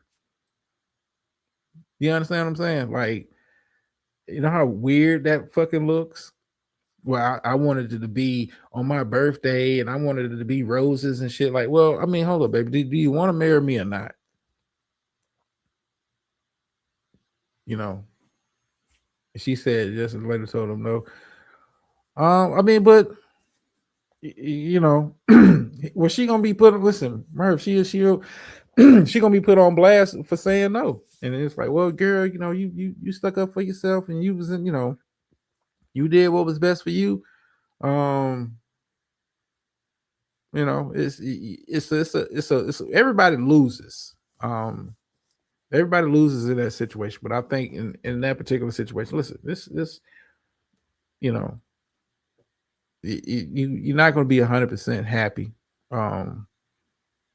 Because some people just like, you know, I wanted to marry him, but the way he proposed was he didn't get down on both knees, or he didn't do it at my birthday party. That's when he was supposed to do it. Or I wanted, you know, the ring he got me one shit. When you gonna propose to me, you got to do it. Like, it's like, you know, it's different ways I play. I'm just saying, if you committed to him, you committed to it. If you're not, you're not.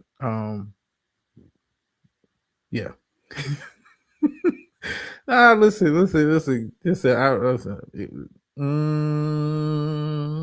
Content and photo. I see too many people I know are not happy, but they're social. But it's so, I mean, some people do a lot of shit for social media to put on a facade that they, you know, they want the world to see that that's not the reality, and that kind of is what it is. It's just the nature of the beast. But like I said, I thought she should have said yes, continue the conversation, and like I said, it don't necessarily get them to the altar, because obviously she said yes before. So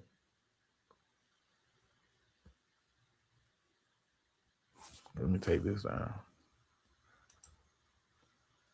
I don't want to smoke with the women in the chat, so whatever y'all say. Listen, Murph, keep. I hear y'all, and you know, I'm not saying that you're wrong, but I'm speaking, you know, for somebody who's been on the end of that and having that fear of, you know, what if she say no? What if this is not the right time? What is it like? I understand what that feels like, and that rejection could, I haven't been rejected, you know, never that, but you know, to what that feels like. to like, okay, I'm opening myself up, and you telling me like, no, you don't accept me. Like that's a hard feeling. Let's not even with just marriage. Just somebody to tell you I don't accept you. I don't want whatever kind of relationship you like, to somebody to reject you. That's not a cool feeling.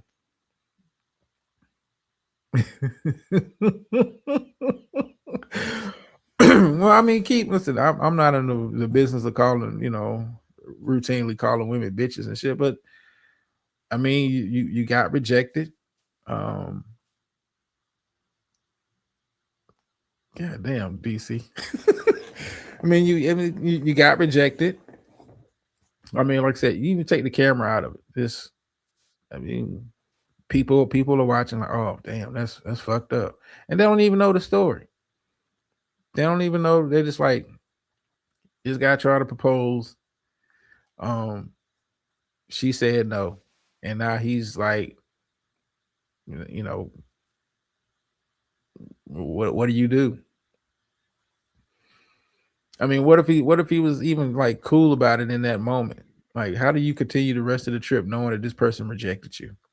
I'm telling you, everything we was all with dude. Everything was good. Everybody was team him. Then she said that shit. That's what fucked it up.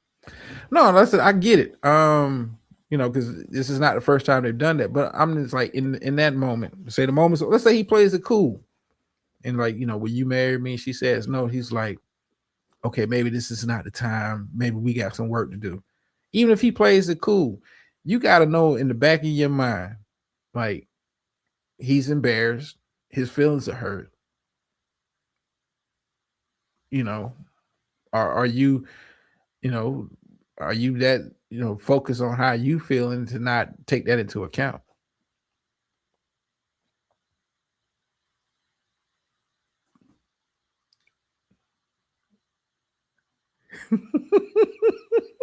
Well, listen, Miss Burr, listen. I gave the missus, listen, she kind of knew. She didn't know when, but she knew it was coming. She knew it was coming. I just had to kind of plan out what I thought was, but it ended up working out like it was supposed to. Rejection is a part of, listen. I mean, but you got to be cognizant of that. You have to be cognizant of that, brother. I agree with you on that. Rejection is a part of life. But it's a different kind of rejection when you talking about, hey, can I get your phone number to, hey, can you be my wife? That's a whole nother that is a whole nother can of beans right there. I'm just saying. That is a whole nother can of beans you're talking about. It's, she didn't want to give me a number. Cool. I move on to the next chick. She didn't want to be my wife. That's a completely different kind of rejection you're talking about. Completely different kind of rejection. And that's another level. He wore you down. That's what this is, Mr. Mervis. That's what players do, man. we said a goal to seek and destroy. We said a goal to seek and destroy. Oh, God. Yeah, you gonna love me.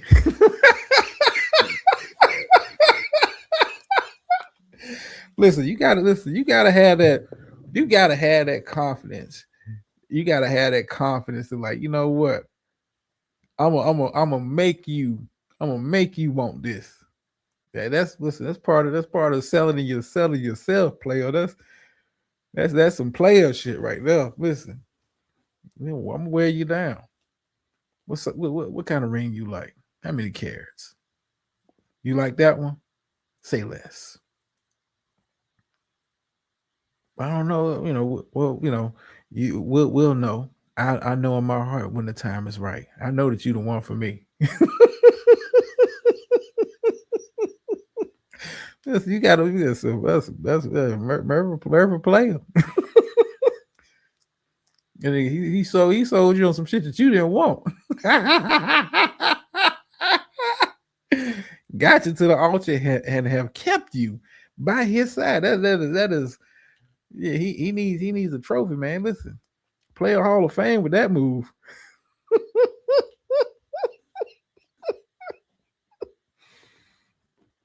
Yeah, he came back 4 months later. Listen, keep that time is shit. Yeah, engagement rings ain't cheap. Not if you're doing it right. Not if you're doing it right. I'm just saying. Player of the year. See, that's how you do it though, Slammer. You know, you gotta sell them on you. That's part of the hustle. I gotta sell you on my potential. What all of that.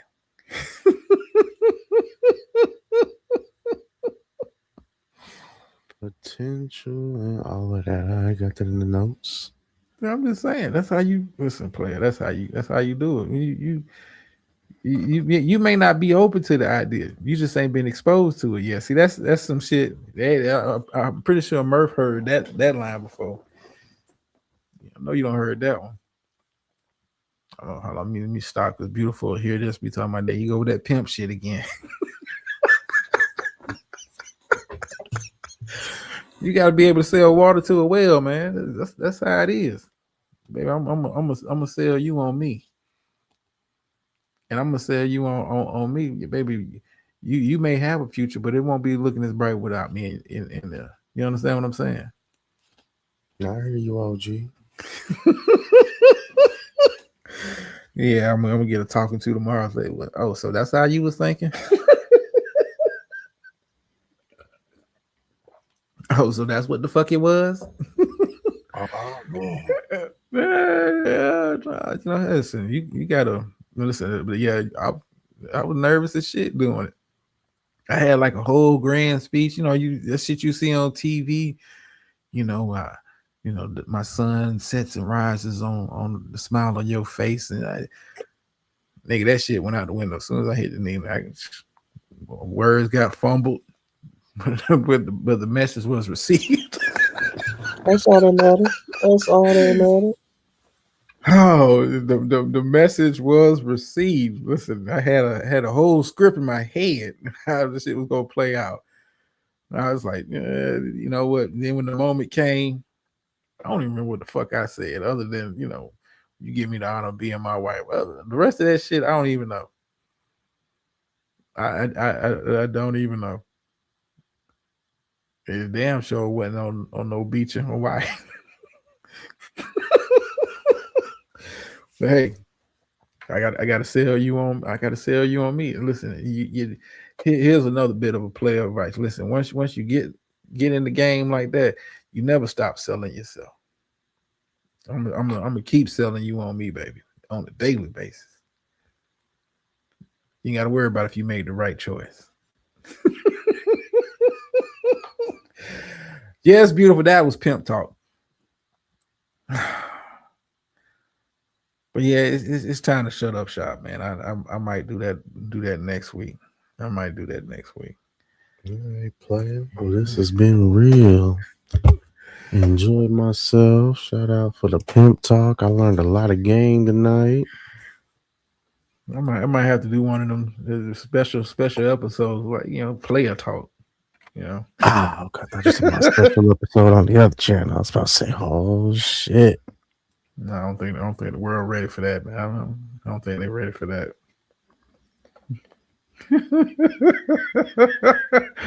Oh, well, I mean, before I just want to get like this a piece of bullshit because it's getting should have dropped the zero. Got with the Hero Hunter. Yeah, shit. Come on, Keep. I had this line, and I say it to this day.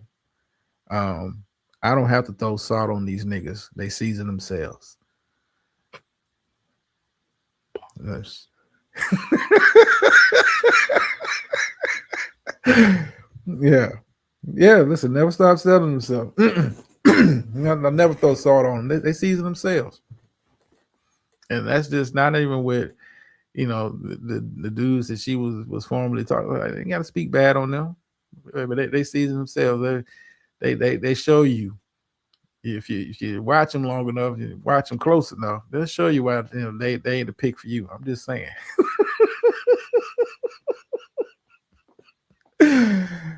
I'm just saying. But yeah, one piece of bullshit that I might have to get into at a later time.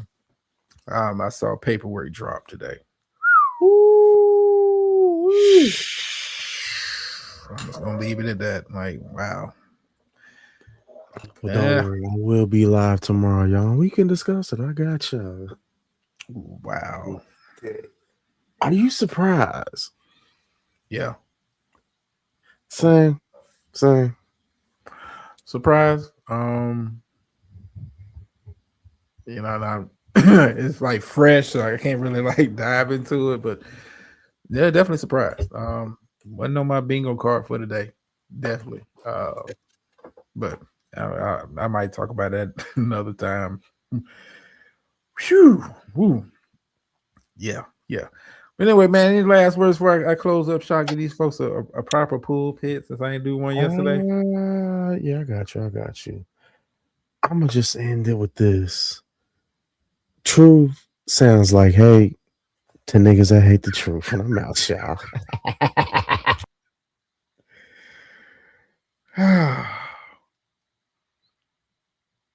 Murph, I gotta digest it. I may discuss it another time, another place. I don't know. Just yeah. See, Murph, say the question. Say the question. say the questions. I do want to end off with a little bit of a word. Glad y'all came out. Hope y'all enjoyed yourselves. I always have a good time doing these shows. And all that kind of good stuff. I do want to kind of like leave you out for some something to kind of think about as we kind of move forward. Hopefully we'll be able to get together again, Lord willing. Yeah, I'm not gonna do this. DC, man, I'm about 3 hours in, man. 3 hours in. A bit discombobulated. Okay, because I have a lot of listen, Murph, you're not the only one with questions. But like I said, to me, it's like fresh. I haven't even kind of had a chance to digest digest it all. It's just bored ass. But no, I do, like I said, man, I appreciate y'all coming out, man. I had a good time as always. Appreciate my guests coming up, Slander DC, Steph for coming through. For those of you watching on the DC, in short, yeah. I'm pretty sure, if you look around, people will fill you in. But I do want to end off with some BS show. Okay, Twit, I see how you feel. I'm pretty sure the bird will provide some commentary for you somewhere. But I do want to end off with a little bit of I guess a message. I mean, DC, come, goddamn, you need a tour guide. help DC in the chat, man. I'm trying to close the shit out. Help DC in the chat. And the message for tonight, man. I like this one. I just stumbled upon this one that's going through. People will always bring back your past when they can't find any mistake in the new one.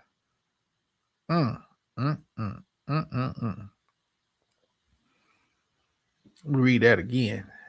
People will always bring back your past when they can't find any mistake in the new one.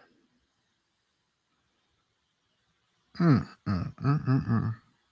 might have to double back on that one. Because I know, Keep. I know this messing with you. Yeah, I might have to double back on that one. I like that one. I'm just gonna kind of be brief with it, but I might double back on that one. People like to remind you of your mistakes and your trips and your falls. I'm all about I like this one. I'm all about celebrating your wins. We've all taken losses and we've all suffered losses, but I'm in the business of celebrating your wins, no matter how big or how small you may think it is. Your past doesn't define who you are, or what you will become. It doesn't define it. It's not an end all and be all. But people will always bring back your past when they can't find any mistake in the new one. I like that one. I'm about to keep the heat down. I'm gonna double back on that one, expound on that one. That touched my spirit right there. It touched my spirit. But anyway, thank y'all for taking time out to listen to little old me. Hope you had a good time. Once again, shout out to the panelists, shout out to the chat, man. I hope y'all had a good time enjoying the show. Get my ass up on out of here. End you off with the phrase that pays. Don't let my confidence offend your insecurities. And I'm out.